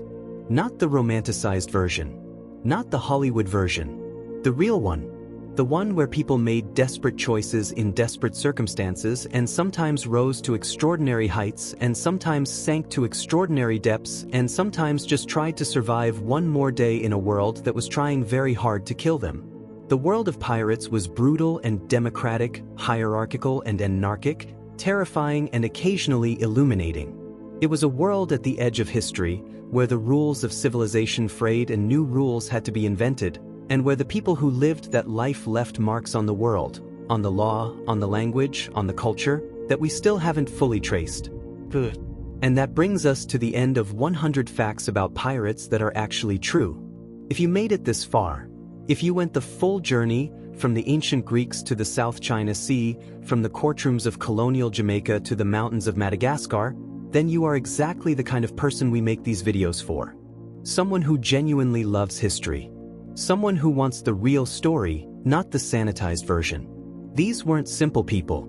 These weren't heroes or villains, exactly, they were human beings, shaped by their world and making choices within it, and their stories deserve to be told with the complexity they actually had.